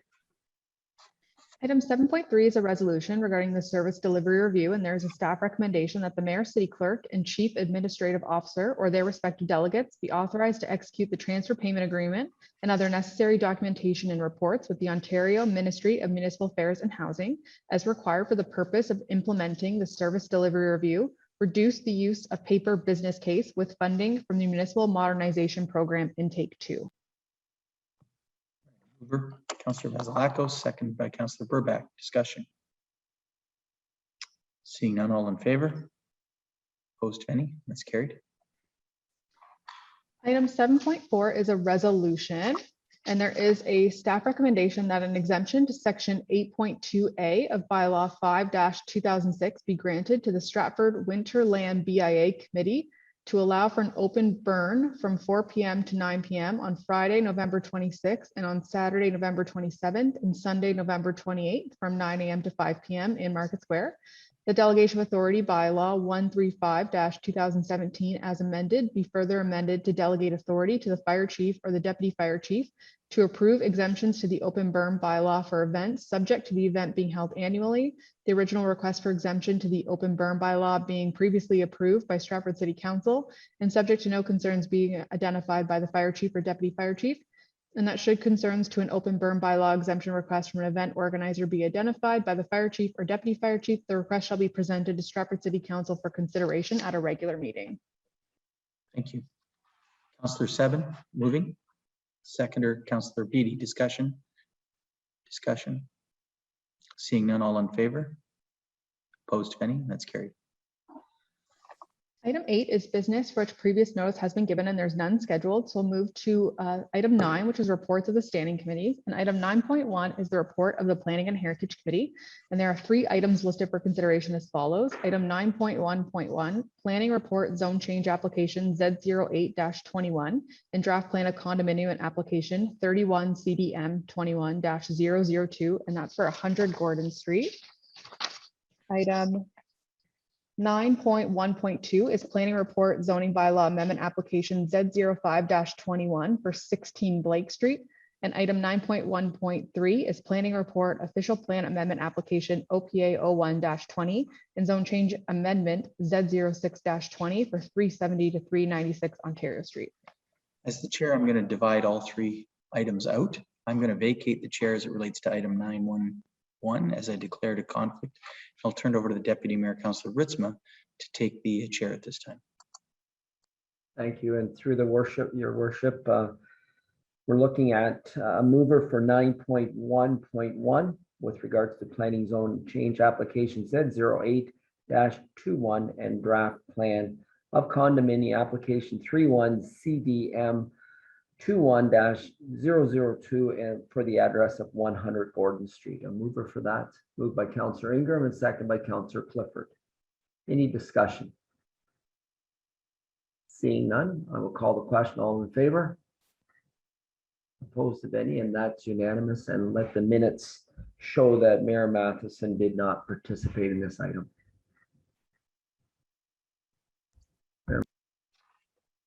Thank you, Deputy Mayor Ritzma. We'll now go to item 9.1.2.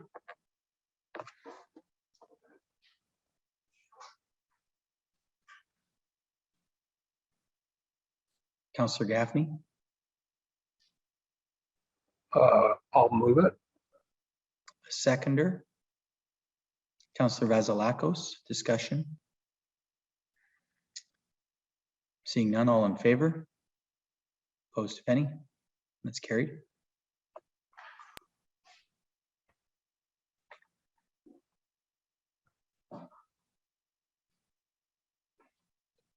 The clerk, it will go to number 913, which is planning report official plan amendment application OPA 10 or 01-20 and zone change amendment Z06-20 for 370 to 396 Ontario Street. Councillor Ingram, you'll move it. Seconder. Councillor Vasilakos, discussion. Councillor Ritzma. Thank you. If I may, through you, your worship, if I was hoping that staff, I know it was discussed earlier by a presenter, but I'm wondering if staff could provide a review for the process if the application was denied. What I would do is I will have Ms. Bridge maybe walk us through it, and then the Chief Administrative Officer would have comments. Thank you. All right. So Ms. Bridge, if you could join us as Manager of Planning. Good afternoon. Through your worship, good afternoon. So if the application is refused by council this afternoon, staff then issue a notice of decision on that application. So that notice of decision goes to the applicant and anyone who's formally requested notice. That notice of decision sets out a 20-day appeal period. And within that 20 days, anyone who has submitted oral or written comments on the application has the ability to appeal that decision to the Ontario Land Tribunal. And from there, it is in the tribunal's hands to have a pre-hearing conference, mediation if necessary, and then eventually a hearing.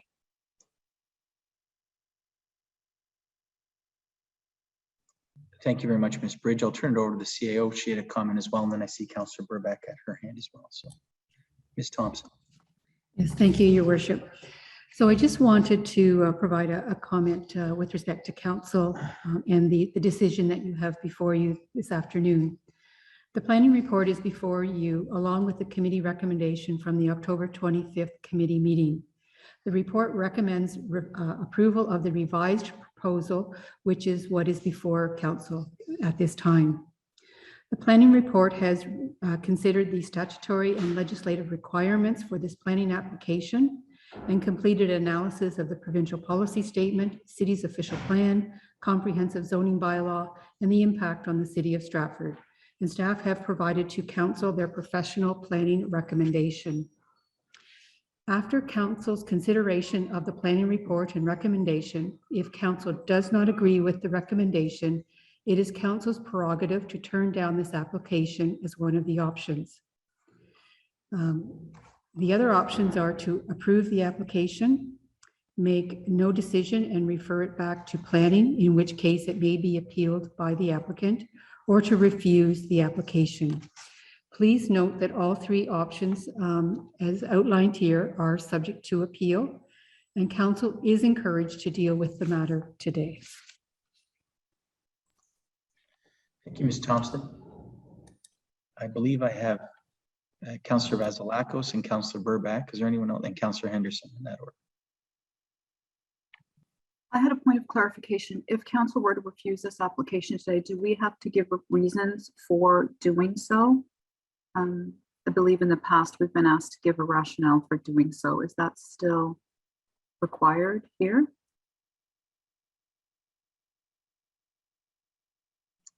Ms. Bridge, could you answer that question?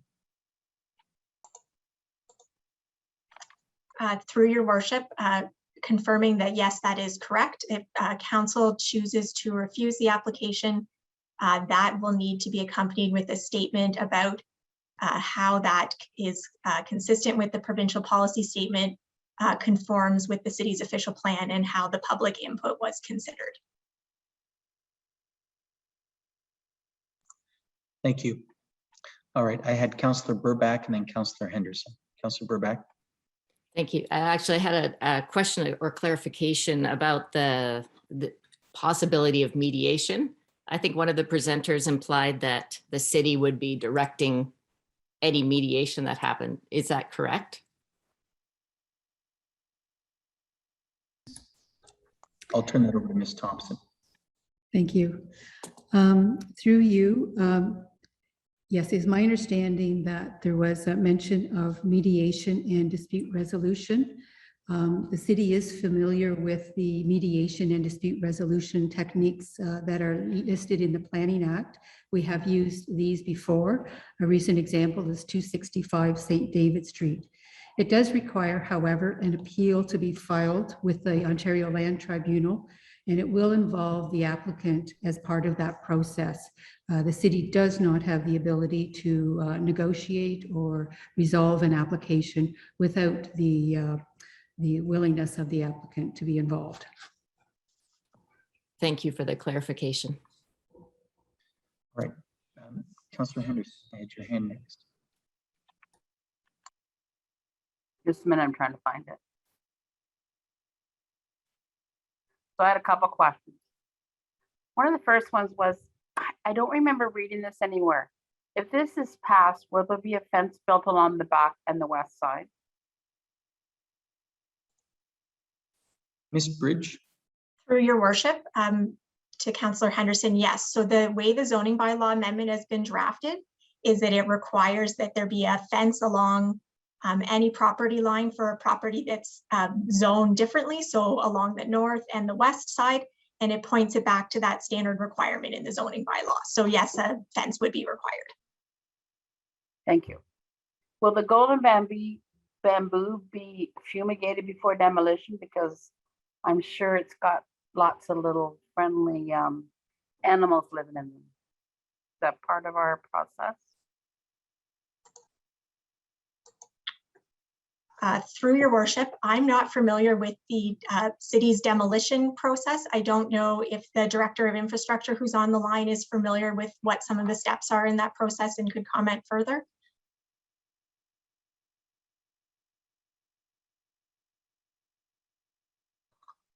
Through your worship, there is an application permit process that has to go through, and there are some stipulations. I'm not sure if rodent control is one of those stipulations. I think, can we suggest that, or is there a way for us to make a motion or to suggest that that happens if this gets passed? Because that's going to probably be an issue. I remember when they had the fire at the Cooper site and all the people along St. David Street were just run over with rats and skunks and all kinds of little goodies.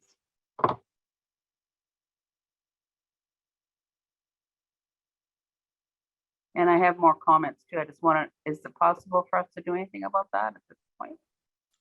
Or do we have to wait till it's passed or not? Through your worship, if it does happen to pass, staff can look on how to have that mitigation put in place. Thank you very much. And then this is my last part. So far, I've received around 60 emails, several phone calls, Facebook comments, and private comments.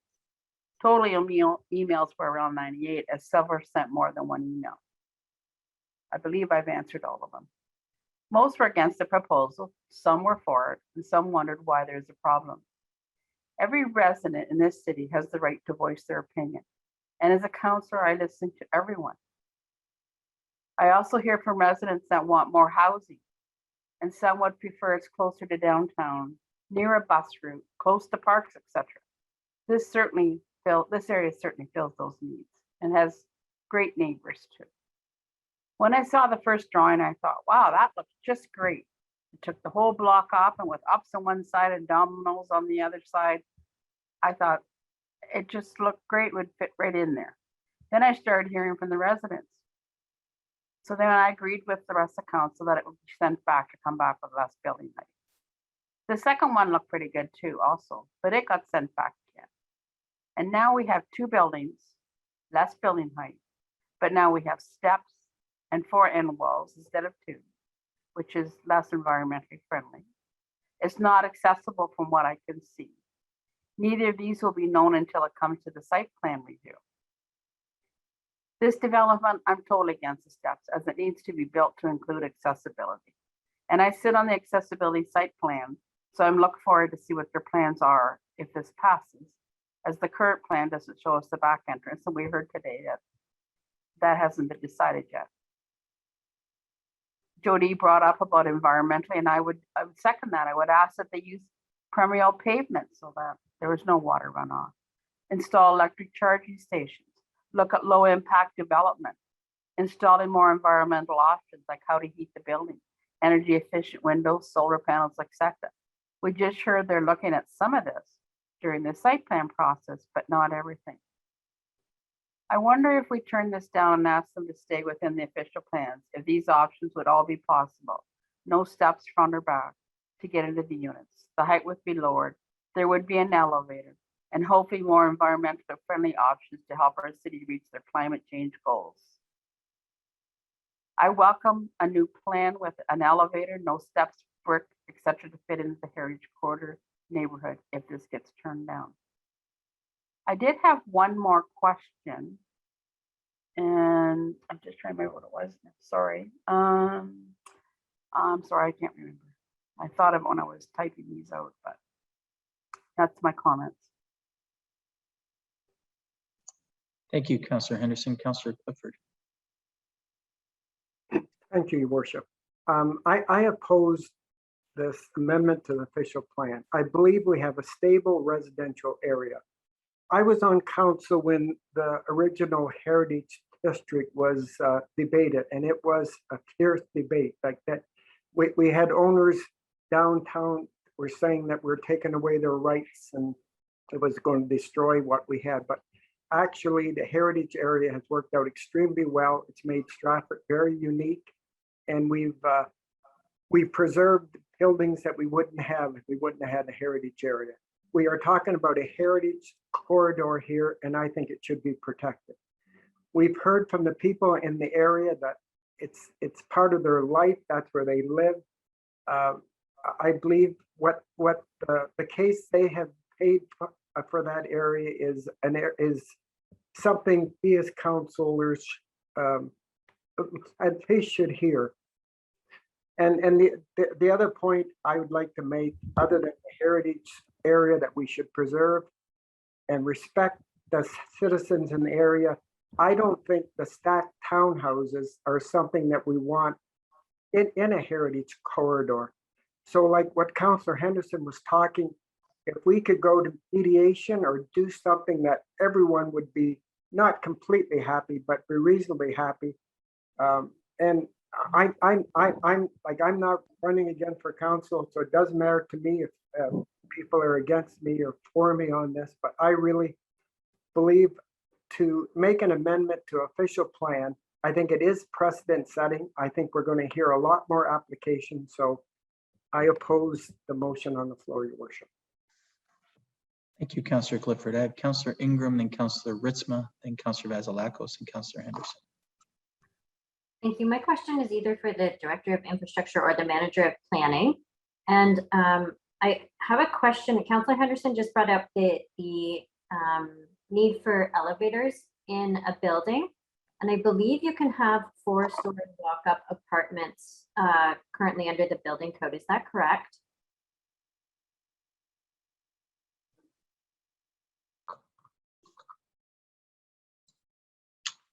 Through your worship, sorry, the chief building official is not on with us today, and I don't have that answer readily available.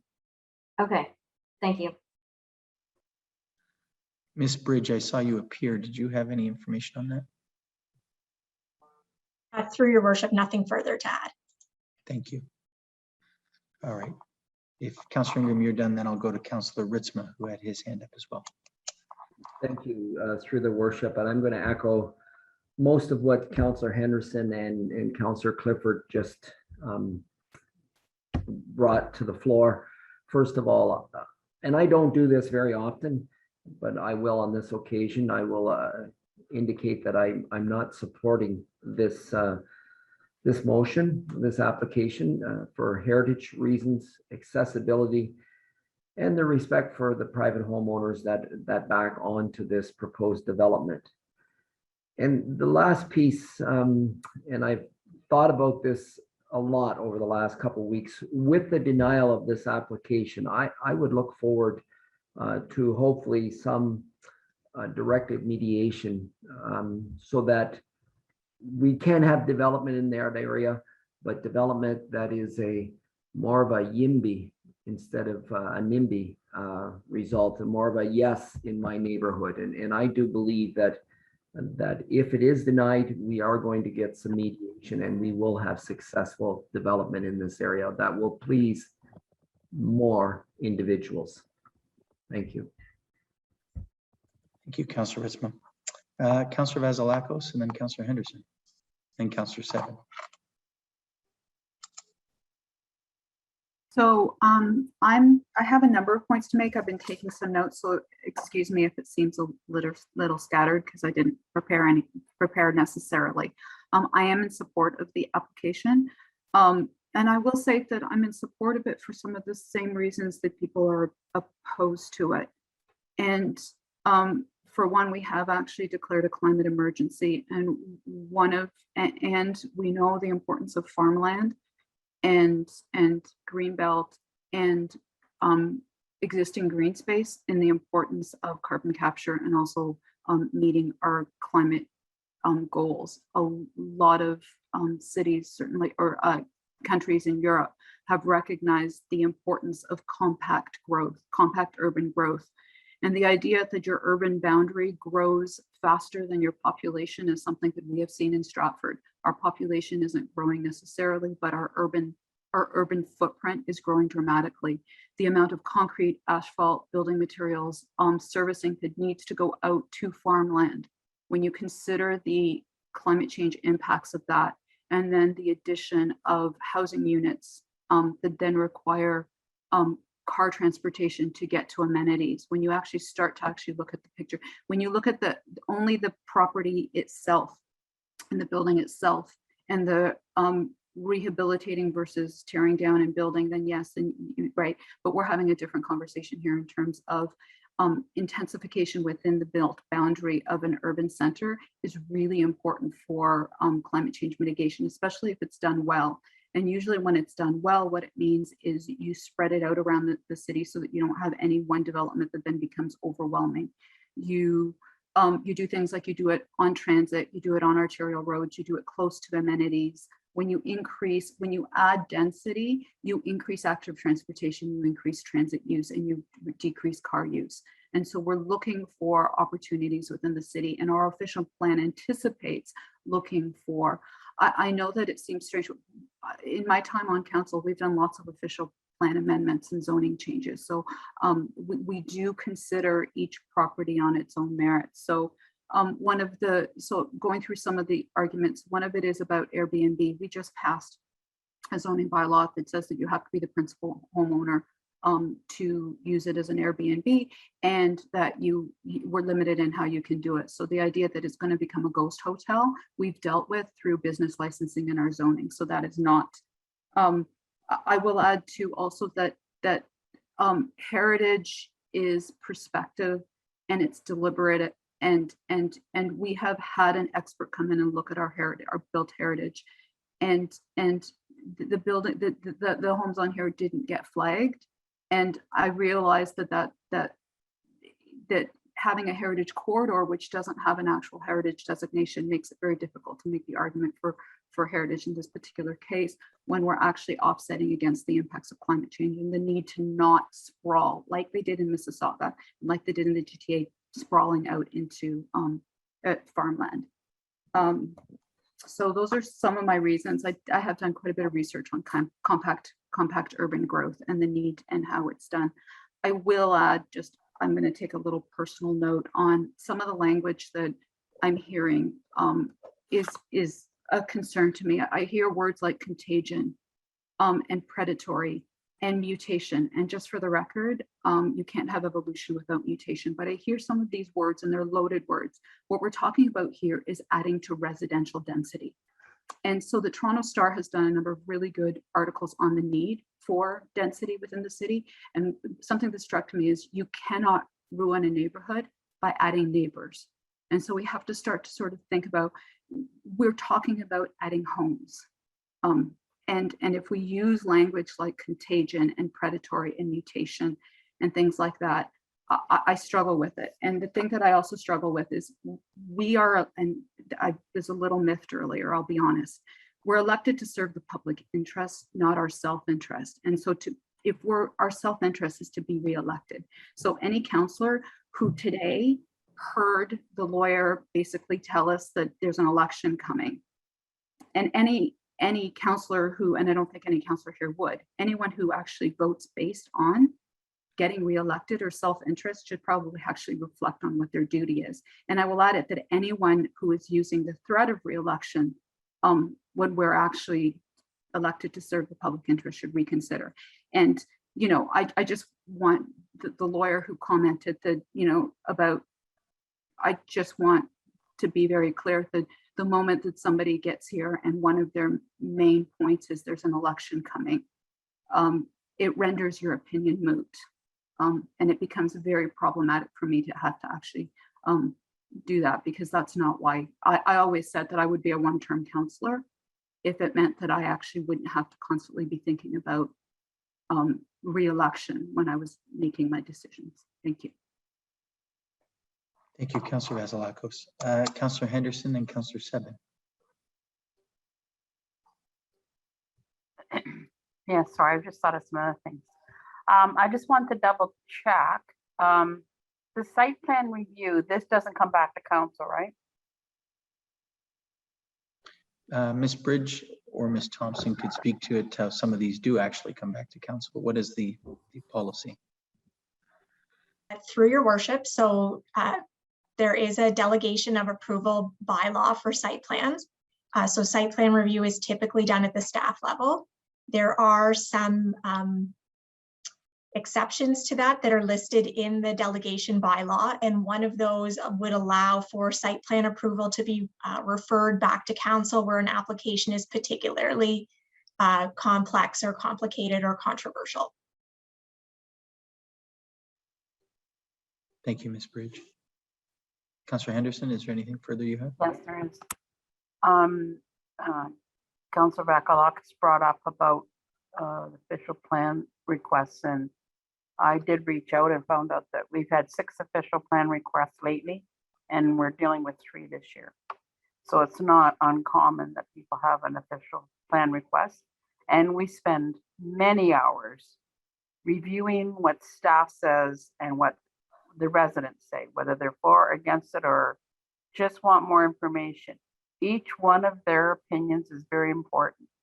And we read them all and think about it. So you're saying that it has to, the site plan might come back with special recommendation. So if this gets passed in this case, would we be considering this a special one and ask for the site plan to come back with, so that we could have a public meeting and make recommendations?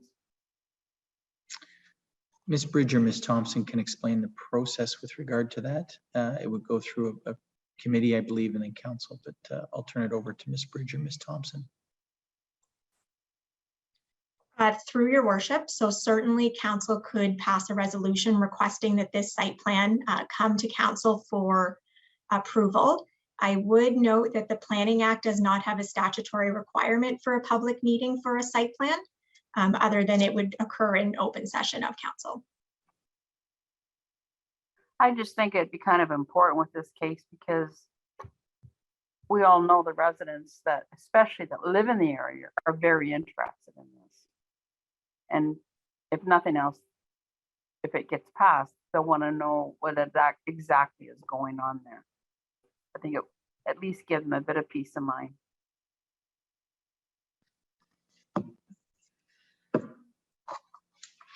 Thank you. Councillor Henderson, do you have anything else? No, I'm good, thanks. Councillor Seven, the floor is yours.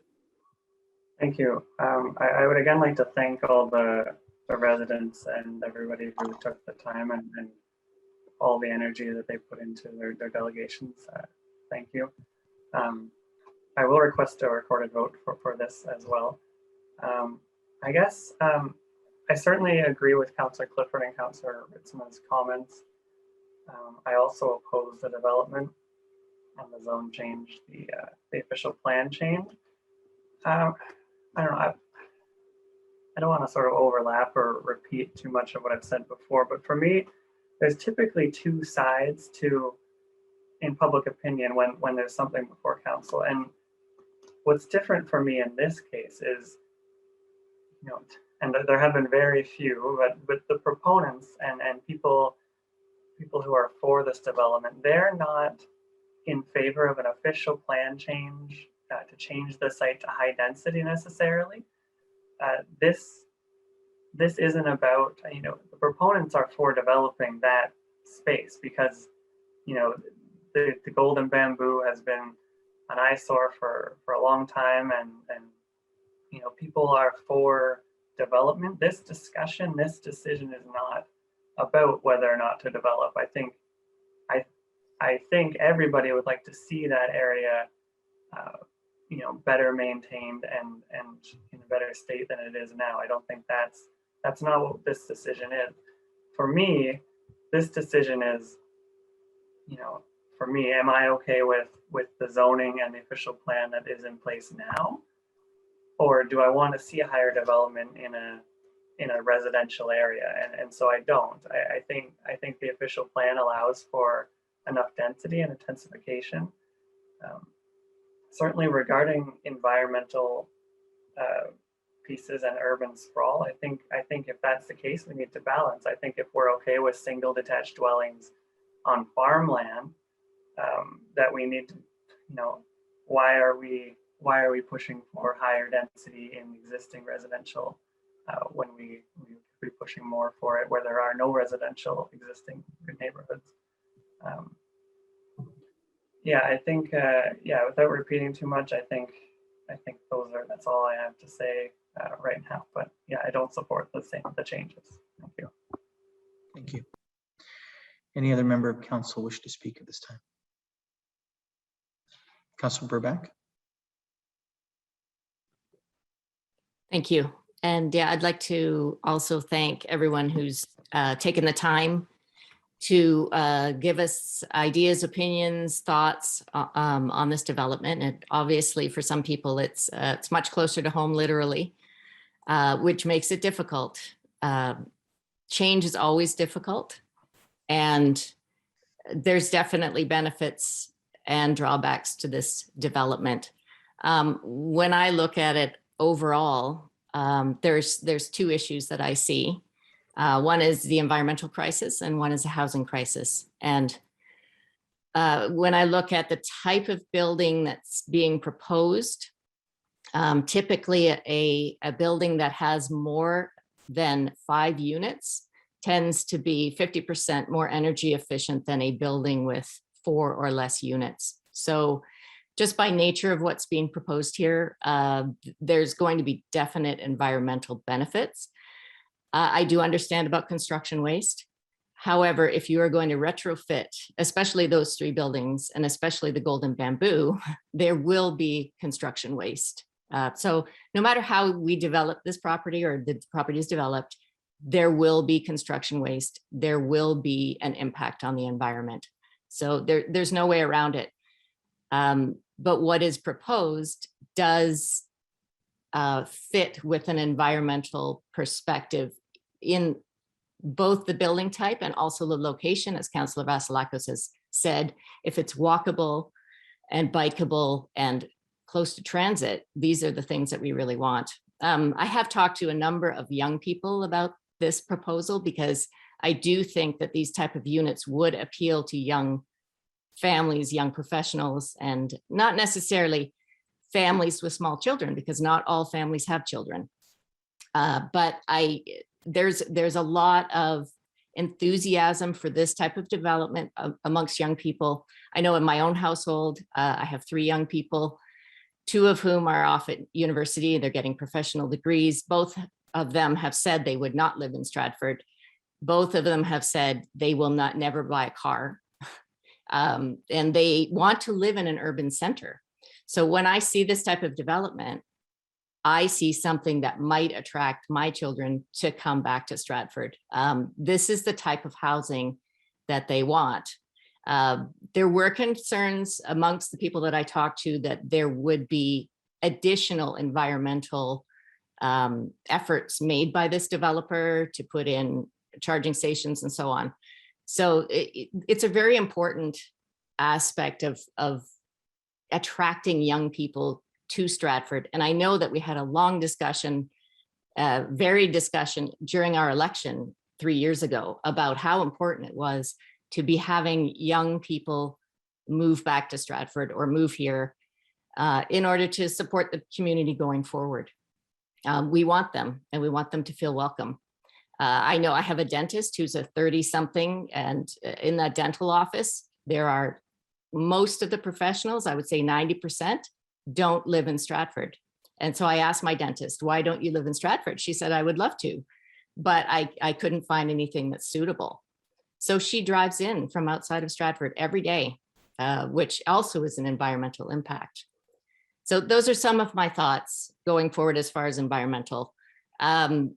As far as the housing crisis goes, there was an article in the Beacon entitled Stratford Area Labor Shortage Getting Worse. And twice in the article, it mentions about the fact that there are a lot of jobs here and there's a severe lack of housing. So I think if we're thinking in terms of economic growth as well, we need places for people to live if they work here. Again, that ties back into the environmental. We want people to live and work here and not just come here, take the jobs, and then go out somewhere else and we become a bedroom community. One of the things that I did have a bit of a problem with is that we are going a little bit outside the official plan, but I think when we get to do our official plan update, which is coming early next year, we do need to have a long and a thorough discussion amongst council and especially with the public about this type of housing, this what they call the missing middle housing. So housing that's between detached houses and larger apartment buildings. How much of it do we want? Where do we want it? And what kind of restrictions are we going to put on it? I also would really like us to see in that official plan update to take a look at inclusionary zoning, where we make sure that there's affordable housing included as we develop. So those are some of the things forward-looking that I would like to see when we discuss the official plan amendment. But I do think for Stratford as a whole, as a community, that this development will be beneficial. So I will be supporting it. Thank you. Anything further? Councillor Seven? Thank you. I just, and I do, you know, I very much appreciate Councillor Burback's comments, and this isn't a direct rebuttal, but I did want to comment about the idea that if we bridge the gap, you know, and push this to say 12 more units or whatever is permitted in the official plan, that these will be something that families or first-time home buyers will be able to afford.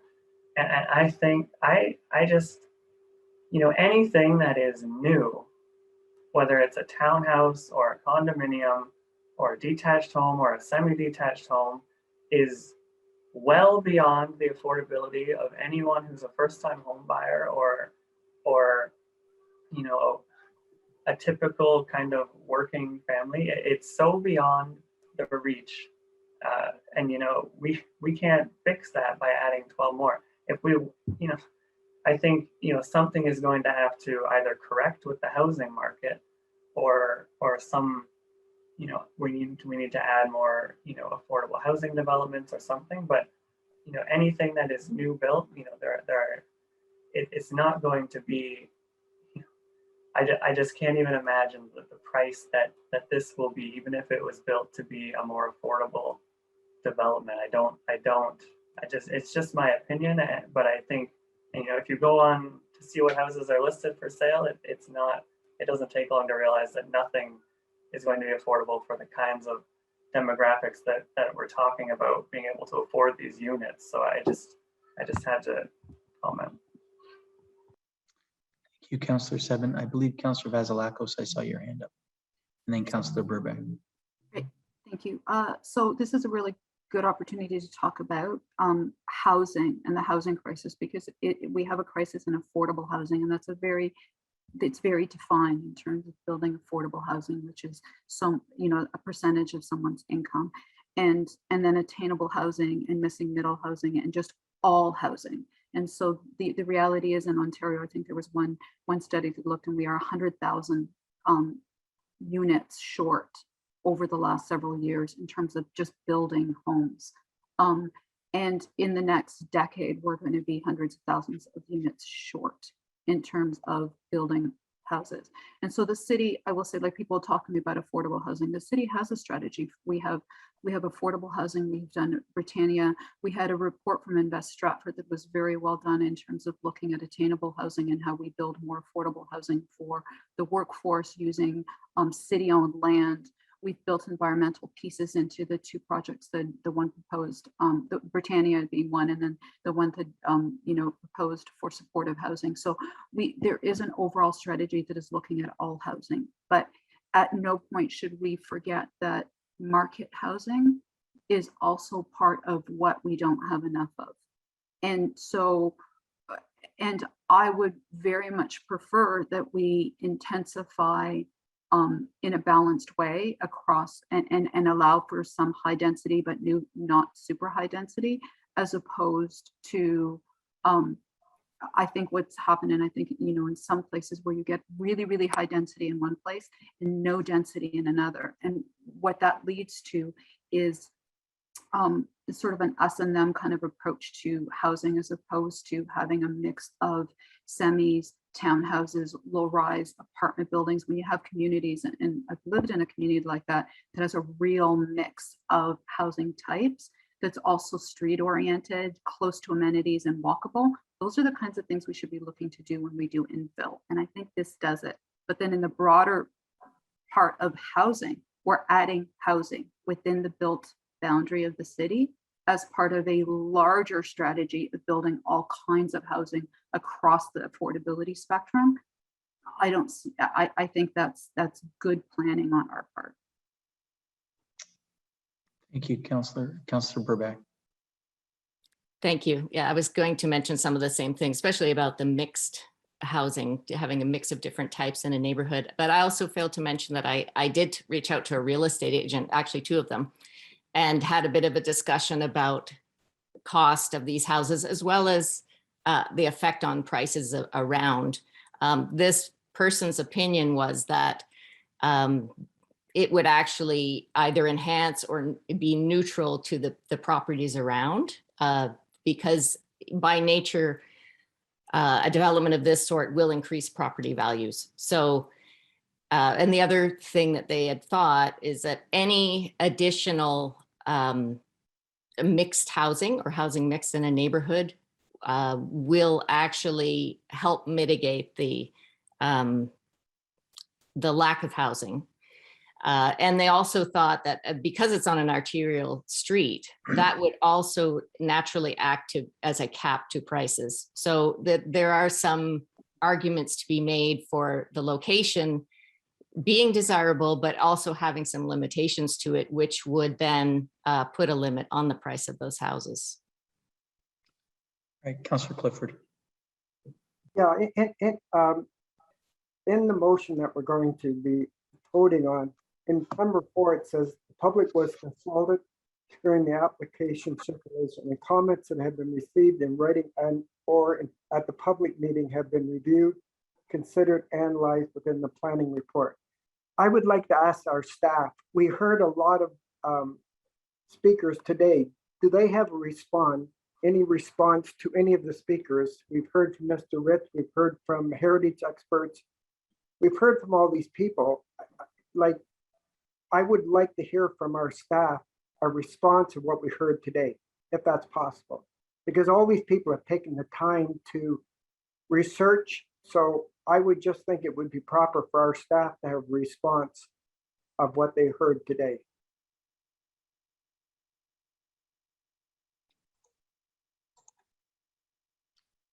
Through your worship, so many of the comments that have been received today, on September 27th and on October 25th are thematically similar to the comments that are covered off in the staff report.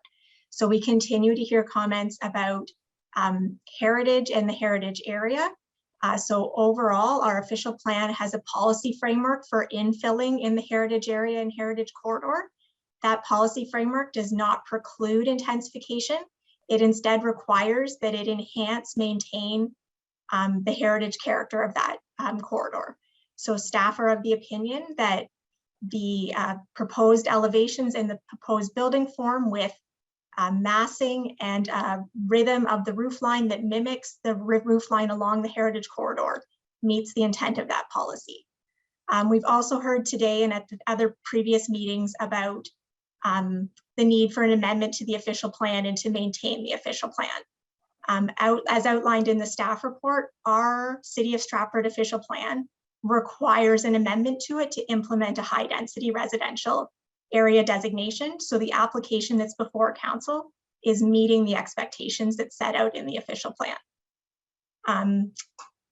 I can speak to any others specifically that Councillor Clifford may wish staff to speak to, but I think those were two of the most loud and clear comments that were received today. Councillor Clifford. So if I understand correctly from our staff, all these people that talked today are basically incorrect. What they've been proposing and what they are talking about is according to our staff, is incorrect. So I'm asking that. So like arbitrarily, everything that was said today, as far as what council heard, is incorrect, and everything we heard from our planning report is correct. Is what I'm to understand?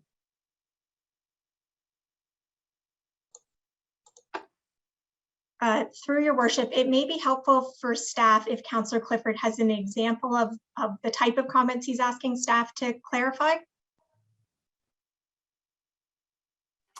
Okay, like specifically the heritage corridor. What we heard over and over again, that it doesn't conform with a stable residential area. Is staff contending that what is proposed is consistent with the stable residential area that we have in our existing heritage corridor? Through your worship, thank you for clarifying. So in the management report, the staff go through 3 policy frameworks in particular that apply to the application. So one of them is the policy framework for stable residential areas. One is the policy framework for infilling in heritage areas and heritage corridors. And the third is the policy framework regarding high density residential areas. And staff have done a detailed analysis of each of those policy frameworks in the management report and are of the opinion that the proposed development concept and applications conform with all 3 of those policy frameworks.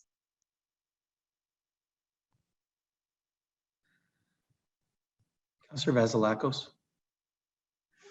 Just to note that it's perhaps a little difficult to, when we get too reductive about our comments in right or wrong, yes or no.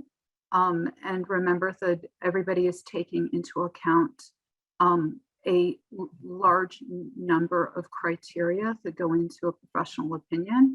And so, you know, we have to be really careful on right or wrong, right? And I think we have to try to be fair to everyone that is providing an opinion, and all of the people that provided an opinion, their opinions were fair and taken into account. But right or wrong isn't exactly what we're discussing today. Thank you.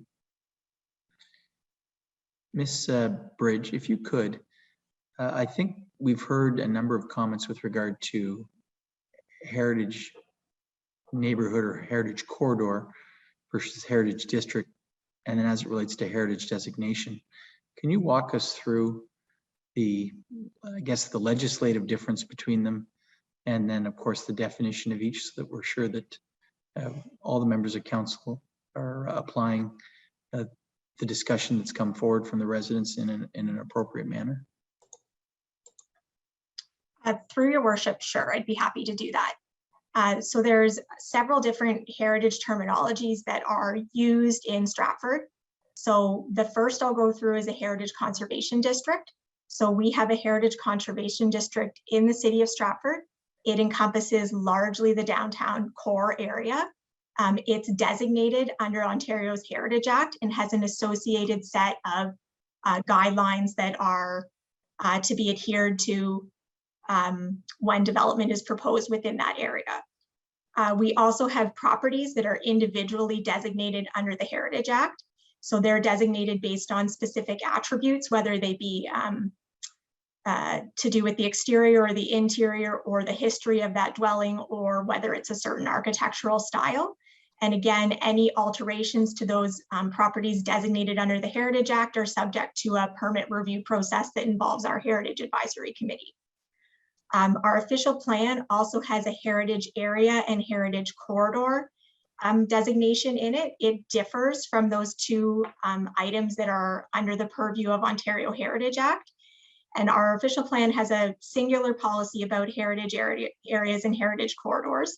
And it's about infilling in those areas, and doesn't prohibit infilling, but does require that infilling maintain or enhance the heritage quality of those areas.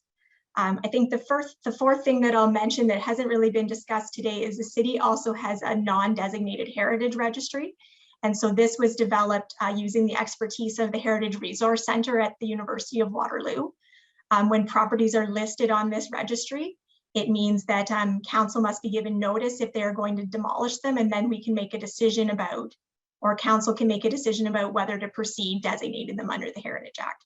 But those would be the 4 categories at a high level of heritage in the city of Stratford. Thank you.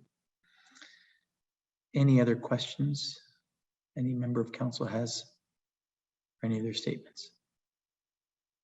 All right, the motion is on the floor. I'll have the clerk read it back and I'll turn it over to her.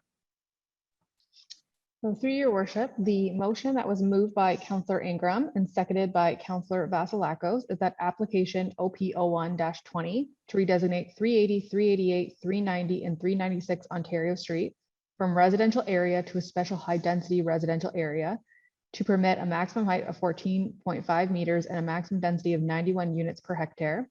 And application Z06-20 to amend the zoning on 380, 388, 390, and 396 Ontario Street from MUR and C1 to a residential 4th density R4 bracket 2 bracket to permit stacked townhouse dwelling units with site-specific regulations be approved for the following reasons.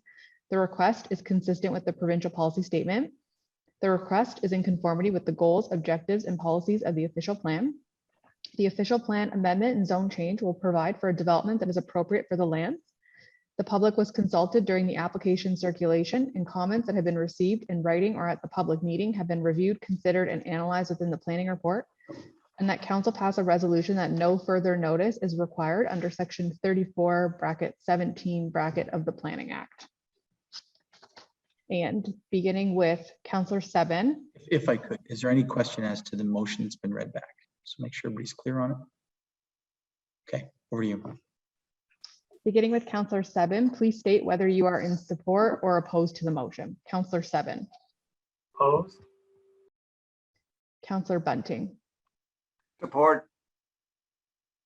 Councillor Vasilakos. Support. Councillor Ingram. Support. Councillor Burback. Support. Mayor Matheson. Support. Councillor Henderson. Support. Councillor Beatty. Support. Councillor Ritzma. Opposed. Councillor Clifford. Opposed. Councillor Gaffney. Opposed.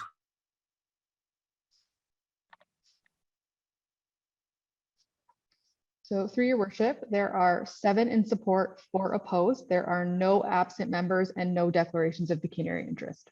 Thank you. The motion carries. We'll go to the next item.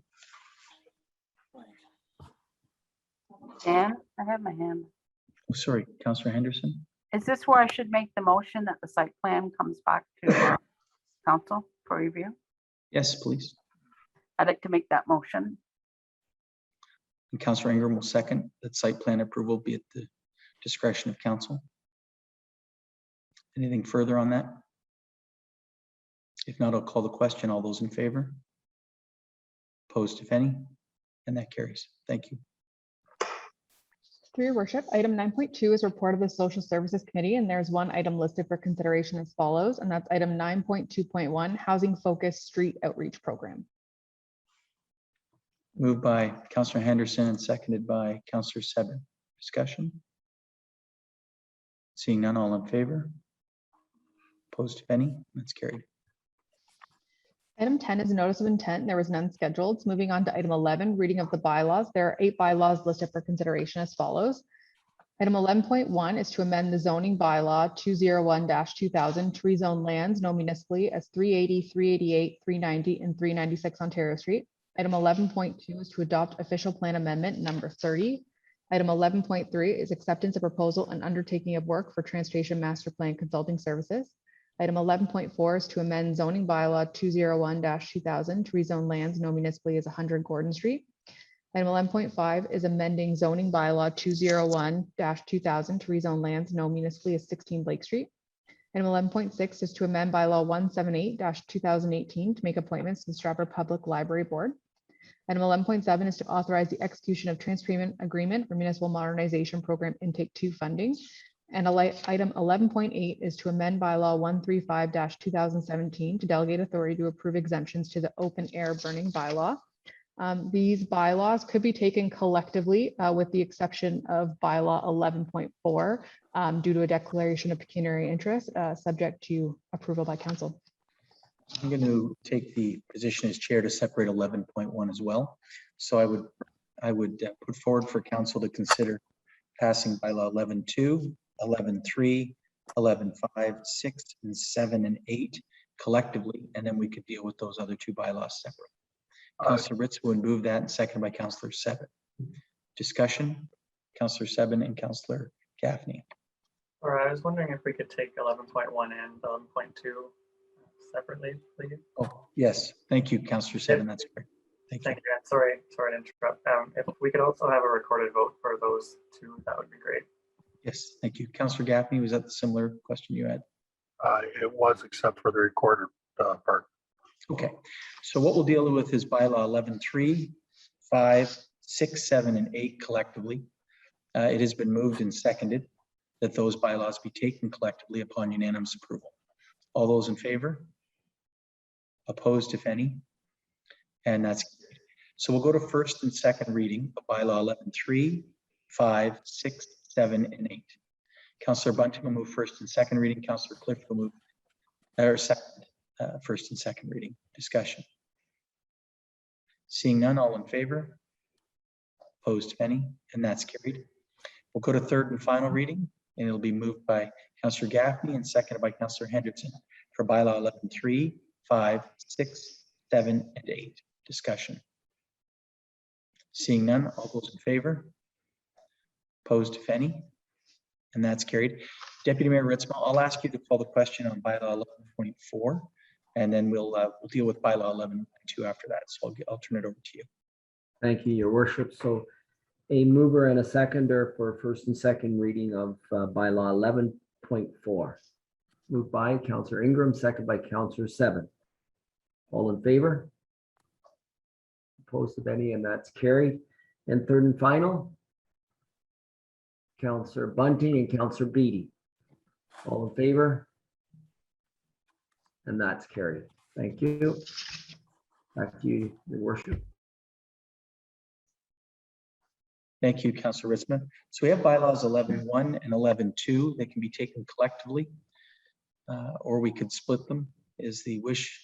It would have to be unanimous taken collectively, but they are dealing with the same item. So I'll leave it up to people that voted against it if you'd be okay to move forward in that way. Councillor Clifford, you'll move it. Seconded. Yeah.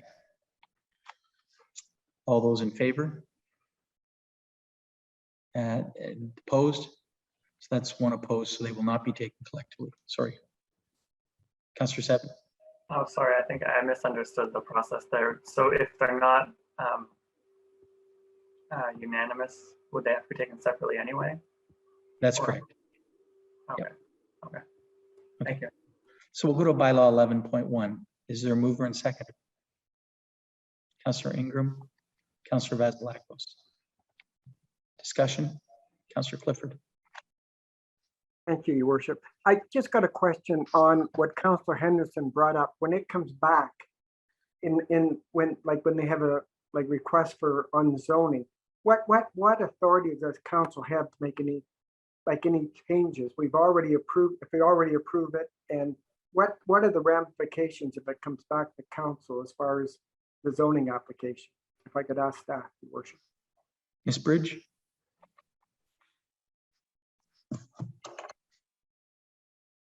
Through Your Worship, so to clarify, Councillor Clifford, are you referring to when the site plan application would come back to council? Correct.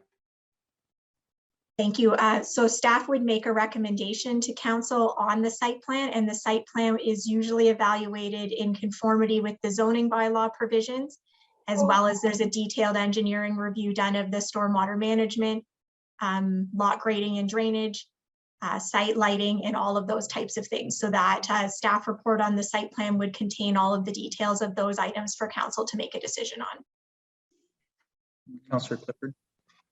Yeah, a follow-up question. Like we had talk about, we had councillors asked about energy, what type of energy they talked about, like heat pumps and stuff like that. But like that can't be part of it. Like how they heat the building is that part of what we're talking about? Like I don't believe it is, but because it was brought up by councillors as far as energy and whatnot, is that also included? Through Your Worship, so site plan under the Planning Act is limited to the exterior design of the building and the site function itself. We don't have authority under the Planning Act to deal with things such as mechanical or that type of thing through the site plan approval process. Those items are governed by the Ontario Building Code. Ms. Bridge, is there a timeline for site plan approval to be given? And is it appealable? Through Your Worship, yes, I believe site plan decisions are to be within 30 days of the application being received. and they are appealable only by the applicant. Councillor Seven and Councillor Henderson. Thank you. Yeah, just I guess further to Councillor Clifford's comments, I just wanted to point out that, you know, once the zone change and the official plan amendment have gone through, there's very, I would say very limited and a lot less that we would be able to do, even if the discussions are one way, and that may not necessarily mean that things end up the way that perhaps those in favor are anticipating or hoping. And I just wanted to reiterate my request for a recorded vote on this item and 11.2. Thank you. Councillor Henderson.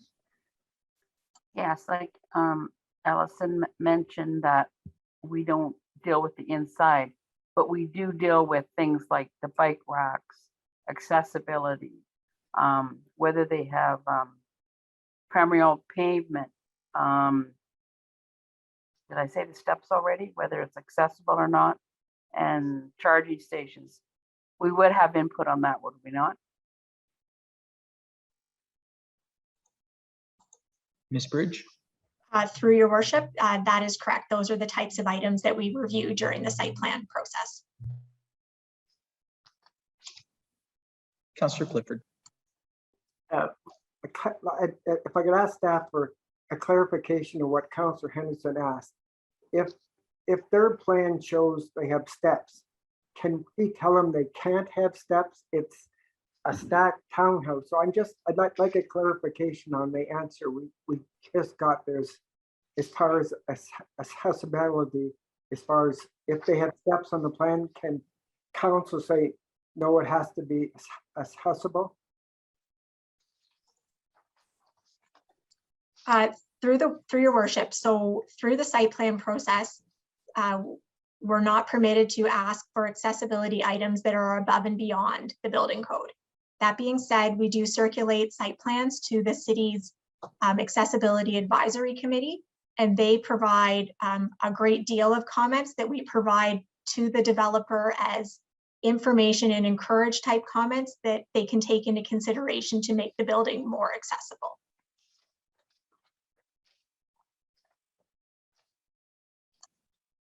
Thank you. Councillor Burback. I'd just like to make a note that it would be great if the Accessibility Advisory Committee could play a similar role of giving recommendations on the site plan, the same way the Accessibility Committee does. Could you repeat that, the front part, please? I think Councillor Burback is asking that the Accessibility Advisory Committee be circulated the application and have a chance to review and make recommendations. Yeah, we do. Sorry, for the Environmental Energy and Environment Committee to have the same type of process so that they can also review. Yeah. My apologies. I meant to say Energy and Environment. Councillor Sepp. Thank you. And just to clarify for everybody and the members of the public that these, and I'll just clarify with Ms. Bridge, that the comments and the input provided and the recommendations by both the Accessibility Advisory Committee and the Energy and Environment Committee would simply be just that, comments and requests, and the developer would in no way obligated to implement any of them. If I could just have confirmation on that, please. Through your worship, so any of those comments coming out of either committee that aligns with legislation, the developer would be required to incorporate. Things that go above and beyond the building code, the zoning bylaw, or any other applicable legislation are provided for information or encouraging them to incorporate them. Right, thank you. So if I could, then the legislative requirements would they would already be met regardless of the comments, because that's part of the, I guess, the rules and regulations around that. So. Councillor Henderson. I can tell you that on our accessibility reviews that we do find things that have to be changed. And we also we have a checklist that we go through to ensure that we're making sure, whether the bike racks are there, the lighting is proper, The accessible parking, lots of times we have to get them to move that. Sometimes even make it wider. And you know, if it's accessible to get into the building. So we have made recommendations and changes have been made, just so you know that.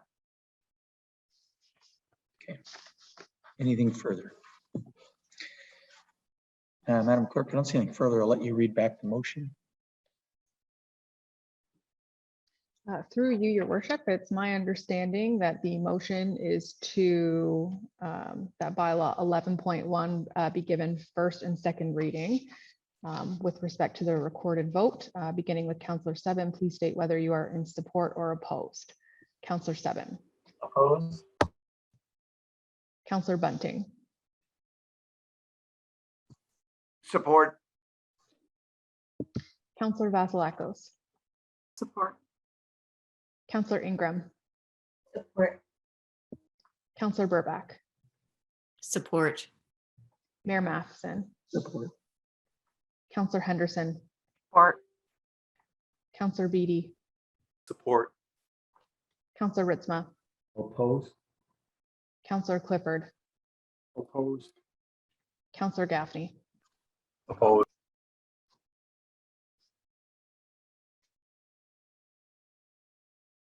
Through your worship, there are 7 in support and 4 opposed. There are 0 absent and 0 declarations of pecuniary interest. In order for first and second, in order to move on to third and final reading, we do require 2/3 of the 11 members of council, which would be 8 members. Therefore, we cannot proceed to third and final reading this evening unless 2 members that were opposed made a motion to suspend the rules. Not seeing anyone doing so, we'll move to first and second reading of bylaw 11.2. Is there anyone wishing to move and second 11.2? Councillor Vasilakos and Councillor Ingram. Discussion. Councillor Seven. My apologies. don't mean to repeat myself so much, but I didn't know if I need to request a recorded vote at this stage, then I will, please. No, you've done so a couple times and it's been noted. Thank you. Is there anything further? If not, I'll turn it over to the clerk to call the question. So through your worship, beginning with Councillor Seven, please state whether you are in support or opposed to the motion. Councillor Seven. Opposed. Councillor Bunting. Support. Councillor Vasilakos. Councillor Ingram. Support. Councillor Burback. Support. Mayor Matheson. Support. Councillor Henderson. Support. Councillor Beatty. Support. Councillor Ritzma. Opposed? Councillor Clifford. Opposed. Councillor Gaffney. Opposed.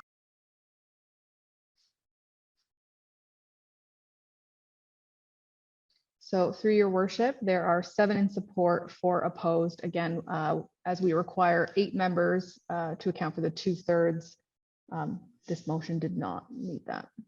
So this motion will be the third and final reading of the bylaws 11.1 and 11.2 be considered at a future council meeting for that third and final reading of both of those bylaws at this time. Councillor Henderson. What happens procedurally if we can't get it to 8? No, you can still pass on the majority of 6-5. It just can't occur all of the same meeting because it wasn't 2/3 majority. Thanks for explaining that. No problem. Okay. Madam Clerk, next item. Through your worship, item 12 is consent agenda. Are there any items listed on the consent agenda to be considered by council?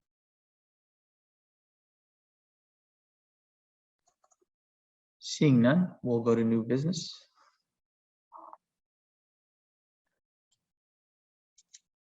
And seeing no new business, what I'd like to do is take a motion to adjourn to standing committees, and I would suggest we take another 5-minute break and give everyone a chance to refresh.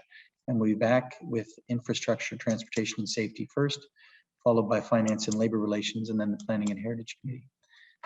Councillor Gaffney, you had your hand up. I'll move the adjournment, Mr. Chair. Thank you.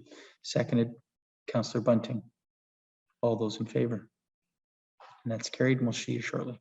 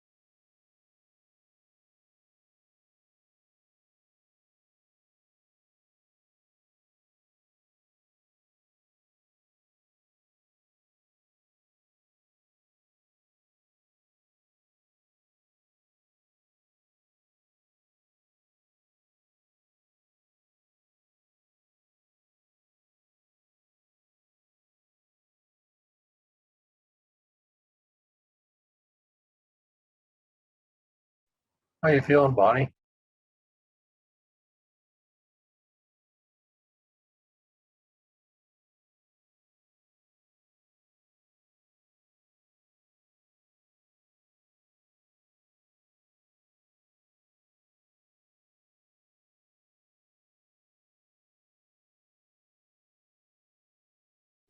Sorry, I forgot I was on mute.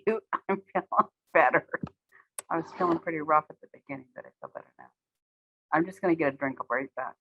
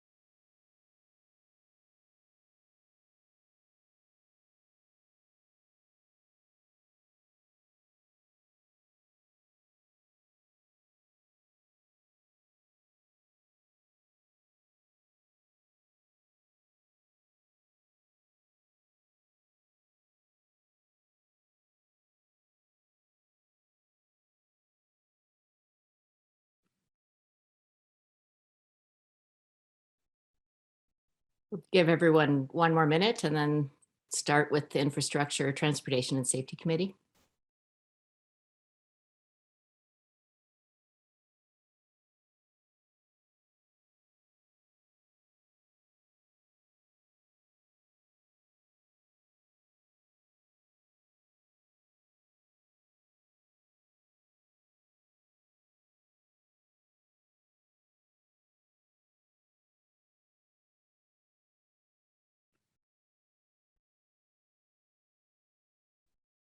So I'd like to call to order the Infrastructure, Transportation and Safety Committee.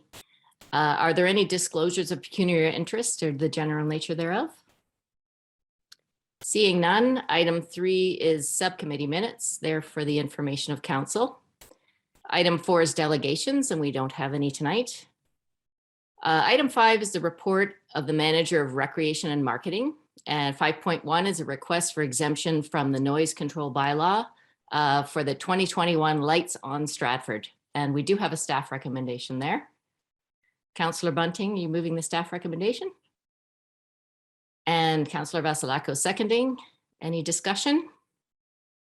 Seeing none, all in favor? Any opposed? That's carried. Item 6 is the report of the project manager. 6.1 is Huron Street Reconstruction Phase 1 Public Engagement and Recommendation. And we also have a staff recommendation there. Perhaps if Mr. Boatsma wanted to comment on the report at all, I'm not sure if anyone had any questions or discussion about it, or Mr. Crinklaw. Oh, sure, I'll keep it quick. Through the chair, in May 2020, the city was successful in obtaining community link funding for phase 1 of the Huron Street reconstruction project. This is from John Street to Huron Street Bridge. During this project, we'll replace deteriorated water, sanitary, and storm infrastructure. Part of the design is to go from a 4-lane road to a 3-lane road, and there's some considerations with that. There'll be some street light illumination improvements, as well as some improvements to the signalized intersections. Other than that, this project's largely funded through community link funding. So, and all is concluded there. Is there any questions? Councillor Clifford, do you have a question? I do. We talked about the Ontario Street. Is there any chance that the 2 projects would be going on at the same time, which I think would be quite disruptive? So is there a timeline on the project we're talking about here? I had asked earlier about Ontario Street because of this. Yes, through the chair. The Ontario Street project hasn't even been designed at this point, so it's likely that it'll be put out to tender later in the year than the Huron Street project, which is much further along. So the crossover should be minimal, but we'll do our best to have minimal to none. Councillor Ritzma. I'll move the staff recommendation. Okay, Councillor Ingram seconding. All in favor?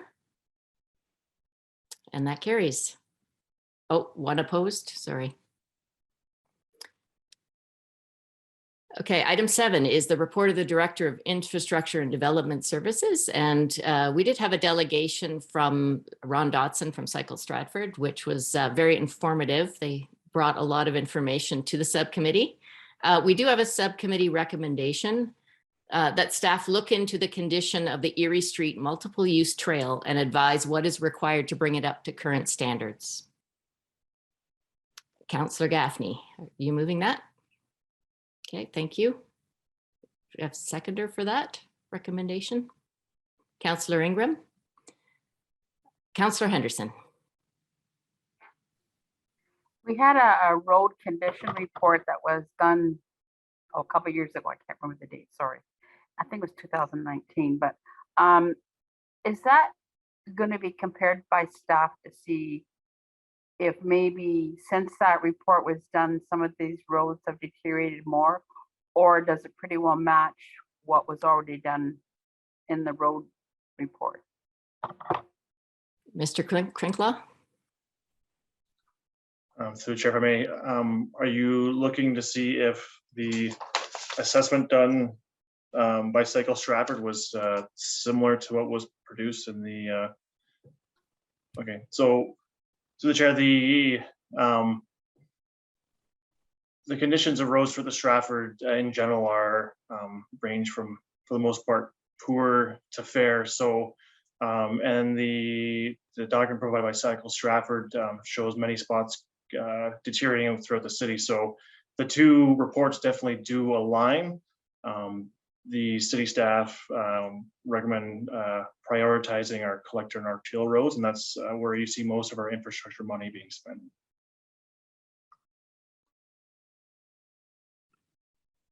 Thank you, Mr. Krinkla. Are there any other comments? If not, I'll call. Anderson. Yep. Just have one more comment. I know we're waiting for the budget to come out and the reports.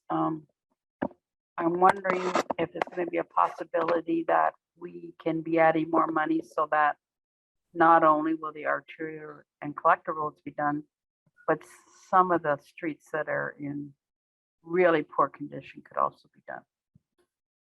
And that's just for you to take back to your budget consideration. Okay, thank you.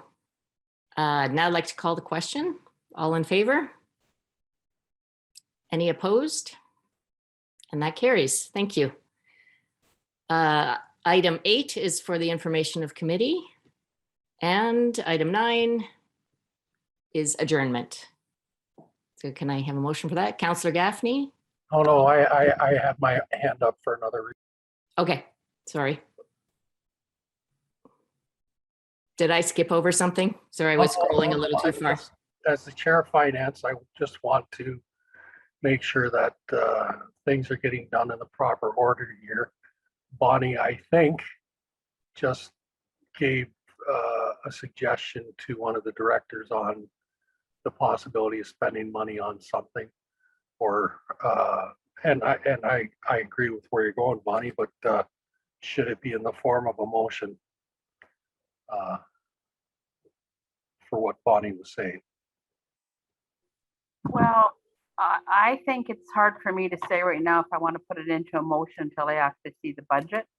But I think staff heard that when they're deciding on their budget, that it's preferred if there's room for it. Because I know we're doing a lot of stuff in the city. And maybe there isn't enough room for a budget right now. And I don't want to add any more of that on to staff right now. Yeah, okay. I thanks. I just wanted to make sure. Thanks. Councillor Clifford? Yeah, the only comment I'd like to make on this is past chair of finance. It's up to council. It's up to council to decide if we have a room or not. Like what council decides is what staff takes. Like that they can suggest, but anyways, just a comment. Thank you. Any other thoughts? Okay, item 9 is adjournment. Councillor Vasilakos and Councillor Henderson seconding. All in favor? And that carries. Thank you. I'll call the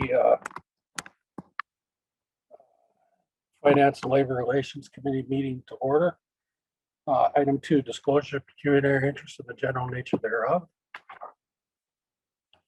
See none. Item 3, subcommittee meetings are attached. Item 4, delegations none scheduled. Item 5, report of the Director of Corporate Services. 5.1, request for funding from Stratford General Hospital Foundation and St. Mary's Healthcare Foundation. Could I get a motion on item number 1? Councillor Clifford and Yes, Councillor Ingram. I'll move what's on here. I'll move the subcommittee's recommendation to staff recommendation. Well, there's actually 3 here. I'll move all 3. Okay, is that all right with you, Councillor Ingram? Okay, thanks. Any questions or comments on these items?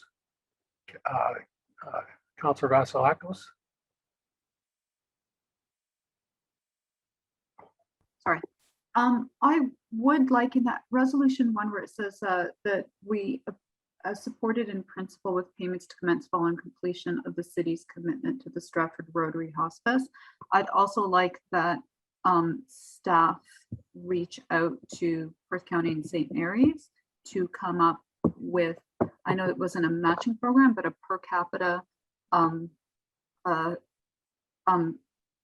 funding, only because I continue in the staff report, it said that the county and St. Mary's had not been approached for funding. And yet when the hospital came to us, they said that they used Stratford's donation as a catalyst to ask for money from the other levels of government. So I still think it's worth pursuing some kind of an agreement with the other municipalities around some contributions on their part. Okay. Okay. Cody, Council 7. Thank you. I would just like to take the third part of the motion separately, please. Yeah, I think we would anyways. Okay, thank you. Mayor Matheson. With regards to Councillor Vasilakos' point, I have had conversation with the Stratford General Hospital Foundation. Their intent is to always get our pledge, and then they go and actually will be making presentations to St. Mary's County Council in the lower tiers. They use us as the catalyst on a per capita basis and then go out from there. In the past, we've tried negotiating that up front, and since it's not our jurisdiction, they often don't receive delegations from us on those. Okay, thank you. Anyone else? See none, I'll call first item. Madam Clerk. Through the chair, I just wanted to provide some information. So at the July 26th regular council meeting, council did adopt a motion that the development of a matching grant program with surrounding municipalities be referred to staff for review and preparation of a report for council's consideration. And that motion was made in relation to these requests from Stratford General Hospital.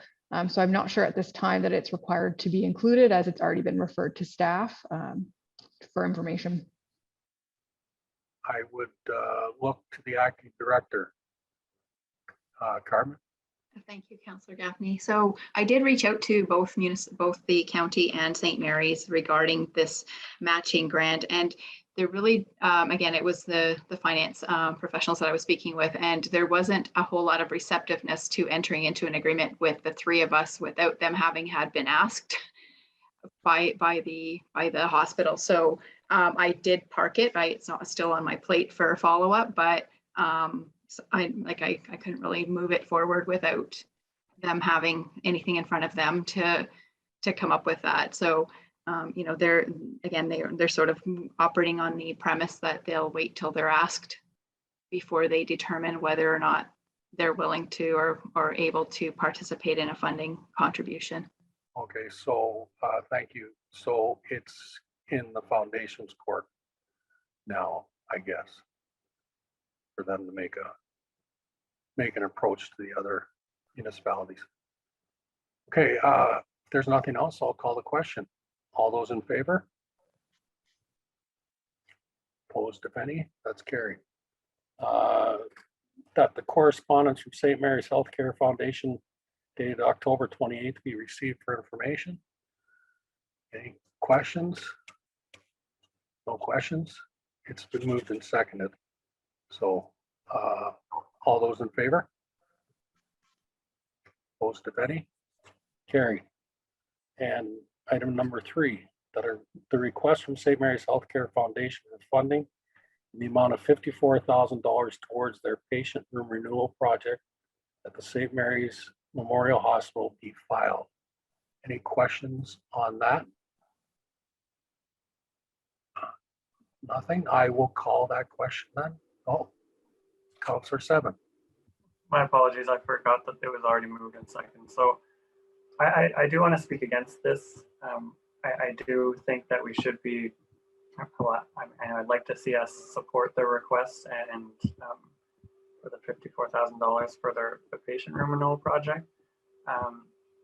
And whether that is directly providing them the support, or I saw in the subcommittee there was discussion, there was a motion by Councillor Ritzma to do it after our obligations to the hospice are completed. So I think either of those would be, in my mind, suitable. I think when they first came to council and presented their request, there was discussion in the information about the amount of Stratford residents that do use the St. Mary's Hospital. And I think what they're asking for is, as far as requests for hospitals, it is not, it's not a lot really relative to other requests. And I think it would be well put and well placed, and I would support meeting the request. So I don't support the motion that's on the floor.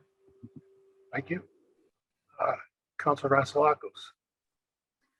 I would support deferring this until after they get a decision from the municipal, like in a similar way that the Stratford General, Hospital Foundation comes to us for approval and then uses that as a catalyst to go to the other communities.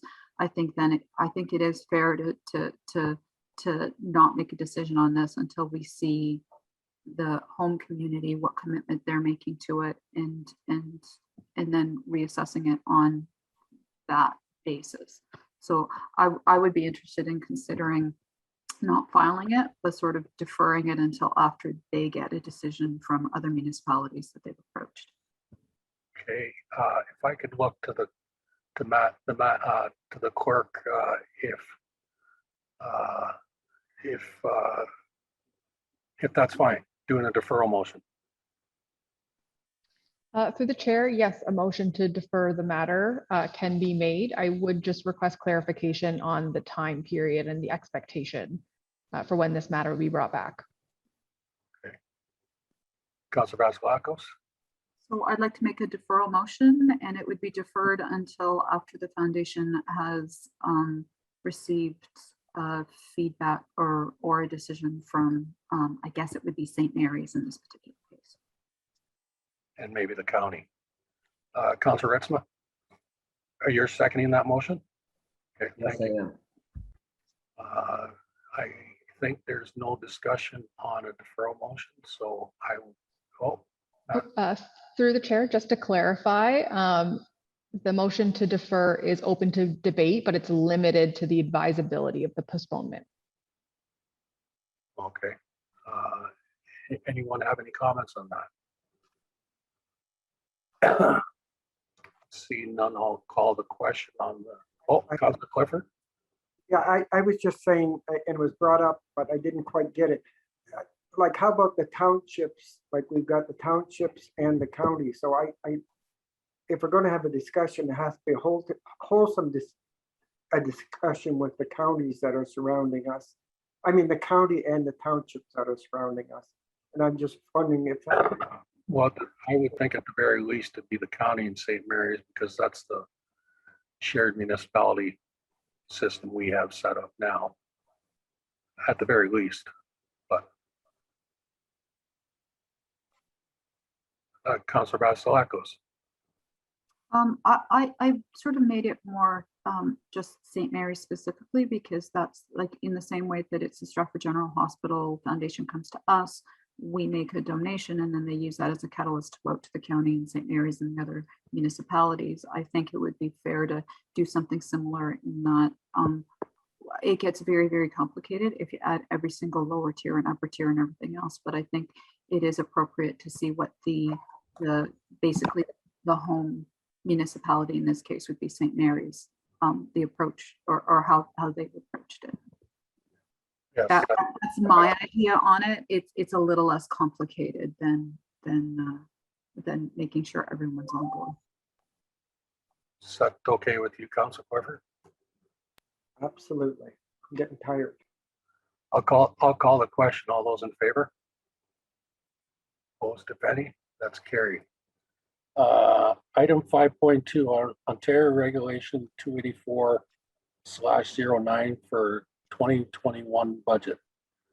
And there's a motion at the bottom of the page, continued on the next page. Moved by Councillor Clifford, seconded by Councillor Beatty. Does anyone have any questions or would like to get some information from the acting director? See none, I'll call the question. All those in favor? Opposed, if any, that's carried. Item 6, adjournment. Moved by Councillor Seven, seconded by Councillor Burbach. All those in favor? Opposed, if any, that's carried. Thanks, everybody. I'd like to call the Planning and Heritage Committee meeting to order. Get people here set to go. Any disclosures of pecuniary interests or the general nature thereof? Oh, Councillor Gaffney, yes. 4.1, is that correct? 4.1, Mr. Chair, and I have an ownership interest in a abutting property. Thank you. Moving on to item number 3, delegations. There are none scheduled. Item 4, report of the manager of planning. 4.1, modification to plan, draft plan subdivision 31T18-002 with the address of 4110 Perth line 36. And I believe Ms. Bossy is bringing up a presentation from staff. Ms. Bossy. Yes, thank you, Chair. Just going to get it back to the beginning. Give me one moment.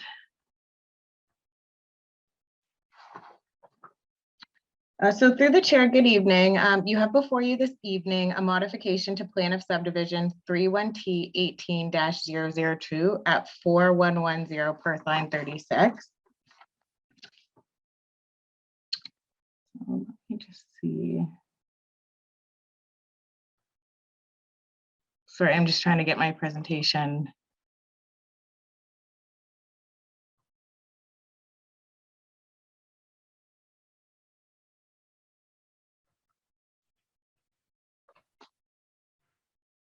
Okay, perfect. Thank you for your patience. So the subdivision was granted draft approval in 2019. The subject lands are located on the northwest corner of Perth line 36 and Mornington Street. The applicant is currently working through the draft conditions for the first phase of the subdivision. The applicant has now requested a modification to the draft approved plan of subdivision to add 8 additional single detached dwelling lots on Dempsey Drive, which is Street F, by reducing the lot sizes to accommodate the additional lots. In addition, the changes include breaking the 0.3 meter reserve over block 158 and block 161 into 2, so that each block has its own 0.3 meter reserve, to update the street names, 6 new local roads, not 7 as approved, and an administrative update to reflect changes to job titles. There's 5 red line amendments that are required to the plan that I just wanted to point out. So walkway block 170 is to be 4 meters wide, not 3 meters wide. This is consistent with the approved draft plan. And the stormwater management block is labeled as block 166 when it's actually block 165 as outlined in the legend on the plan. Block 166 is the open space block.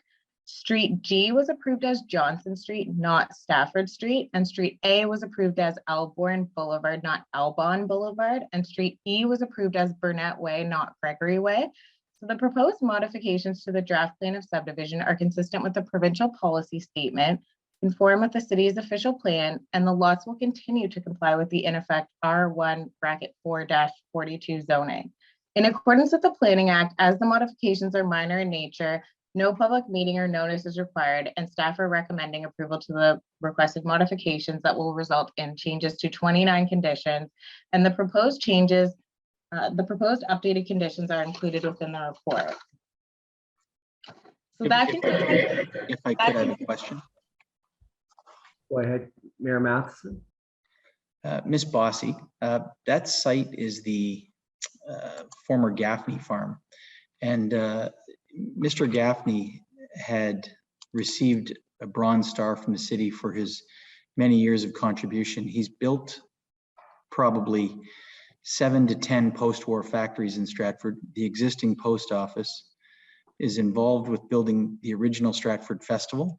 And I was disappointed that the builder didn't consider honoring the Gaffney farm, since that is the land.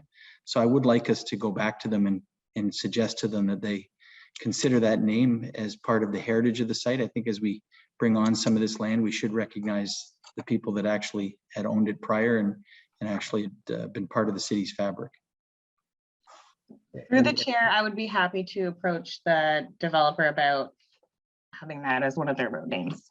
If I may as well, through the mayor, that was going to be a comment that I was going to make as well, but I believe a representative from Sifton Properties is available for questions and comments. I believe that is the case. So through the chair, it's my understanding that she's not on the line, and that but that's something that staff can connect with them later on. I saw the clerk hand. Were you indicating the same thing, Ms. Defoe? The chair, yes, that's correct. Thank you. So I'll turn the floor back to you, Ms. Bossy.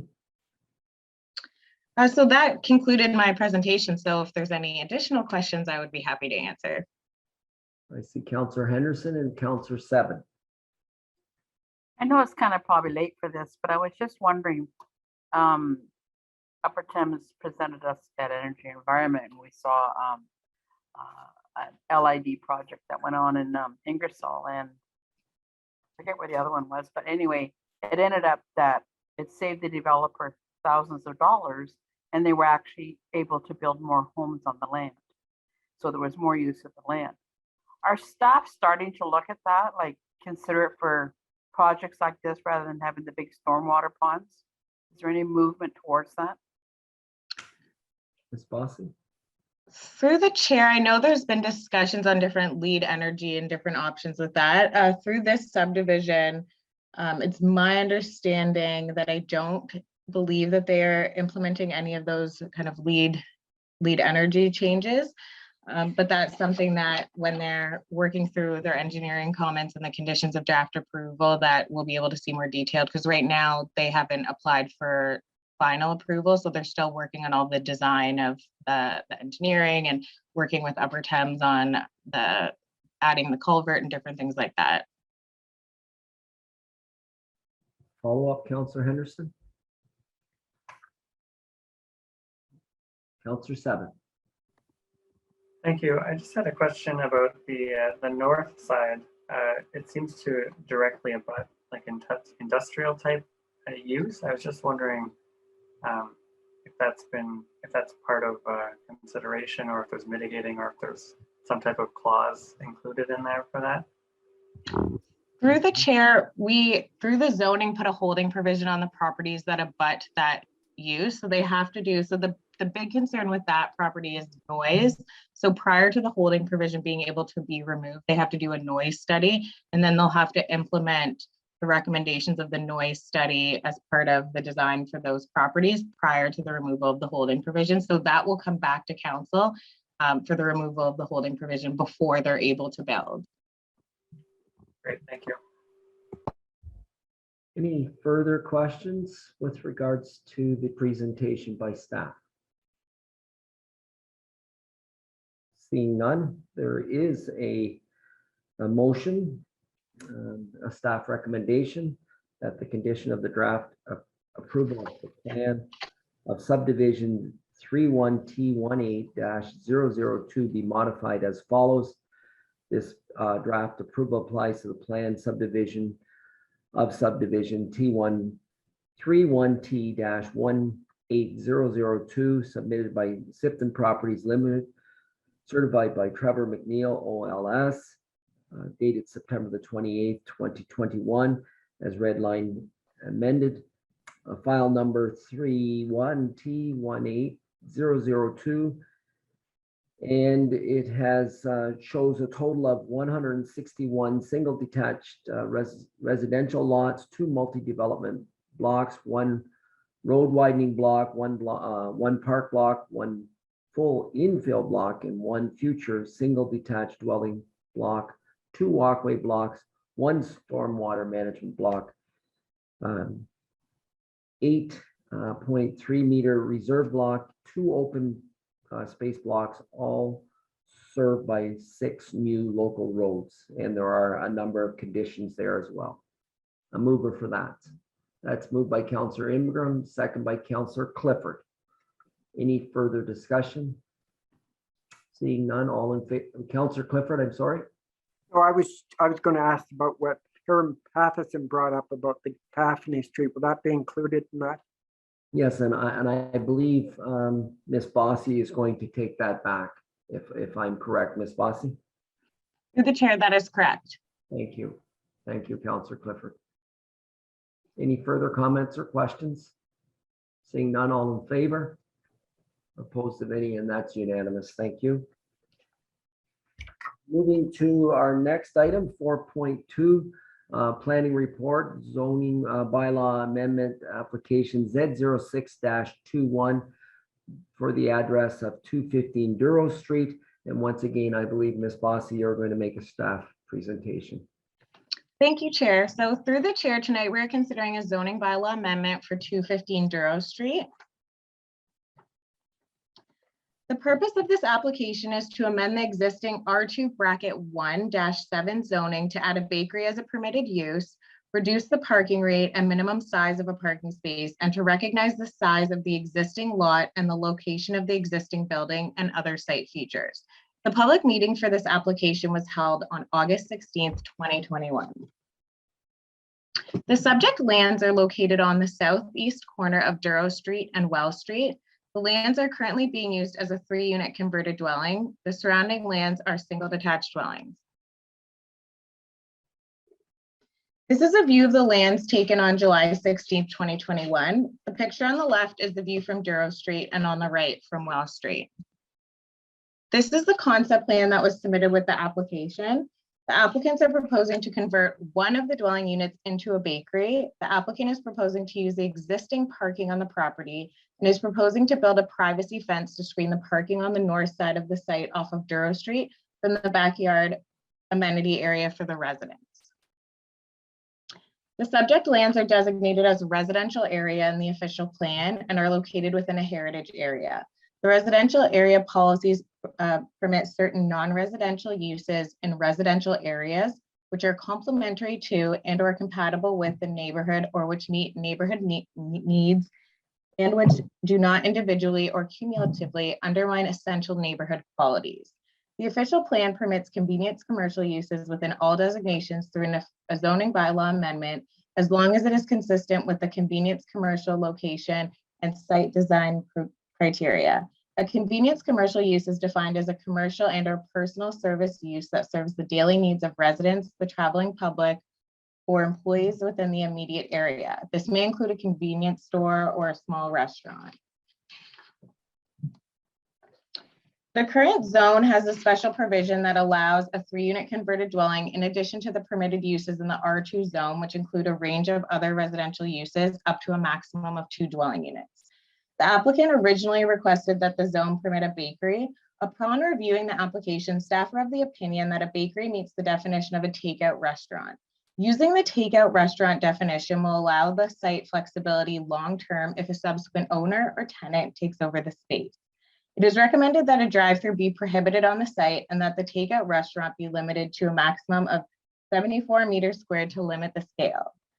After the public meeting, staff received a request from the applicant to remove the requirement for an accessible parking space. Since the building is not currently accessible and will not be required through the building permit process to be made accessible, the owner advised that they are proposing to provide curbside pickup to anyone unable to enter the building. To ensure that there is a parking space large enough for a larger vehicle that someone with accessible needs may have, it is recommended that one of the spaces associated with the takeout restaurant is a minimum of 3.4 meters wide. In accordance with the Planning Act, Section 34(17), where a change is made to the proposed bylaw, council shall determine whether any further notice is required. The plan circulated with the application did not show any accessible parking, and no comments were received about accessible parking from the public. Staff have consulted with the chair of the Accessibility Advisory Committee on this reduction, and staff are of the opinion that no further circulation or notice should be required. There were no agency comments of concerns that were received from the agencies that we circulated. And so a comment was received from a member of the public with concerns that there will not be sufficient parking on site if there were 3 different dwelling units and a commercial space, or if there was a different type of retail use in the space. The applicant is proposing to remove the 3rd dwelling unit to accommodate the bakery. The parking rate requested will result in 1 less parking space on the site than what is required by the zoning bylaw. And the size of the proposed bakery and the nature of the use and the proposed maximum floor area will ensure that any takeout restaurant is small in scale and that the site is able to accommodate these. So the staff recommendation is that council approve the application to rezone 215 Duro Street to add the following existing uses to the R2-1-7 zone. To add a takeout restaurant that prohibits a drive-through with a maximum floor area of 74 meters squared, recognize the existing lot, building location, and existing site features, eliminate the requirement for an accessible parking space, apply a parking rate of 1 per 37 meters squared of net floor area for the takeout restaurant, and reduce the minimum width for parking spaces to 2.4 meters for 2 spaces, and to increase the minimum width to 3.4 meters for 1 space associated with the takeout restaurant. For the following reasons: that public interest and input was considered, the request is consistent with the provincial policy statement and official plan, the request will facilitate adaptive reuse that is appropriate for the lands, compatible with the surrounding areas, and is considered to be sound land use planning. It's also recommended that council pass a resolution that no further notice is required under section 34(17) of the Planning Act. And lastly, should Planning and Heritage Committee, the Planning and Heritage Committee, not approve the staff recommendation, the motion shall include a statement outlining how the recommendation of the Planning and Heritage Committee complies with the provincial policy statement, the City of Stratford official plan, and how the public input was considered. So that concludes my presentation. If you have any questions, I would be happy to answer at this time. Thank you for the presentation, Ms. Bossy. Questions from council? Councillor Henderson. I just wanted to thank the store owner for reaching out to the accessibility committee to come up with that compromise about, offering to bring food out to the person if they're in an accessible vehicle type thing. I thought that was a wonderful compromise, and thank them for taking the initiative to reach out to us. Through the chair, I will. Thank you, Councillor Henderson. Councillor Gaffney. I'll move the staff recommendation, Mr. Chair. Thank you. A seconder for that. Thank you, Councillor Burback. Any further discussion? Before I call the question, seeing none, I will call the question. All in favor? Opposed, if any, and that's unanimous. Item number 5, a motion to adjourn. Moved by Councillor Bunting, seconded by Councillor Vasilakos. All in favor? And that we're adjourned. Thank you.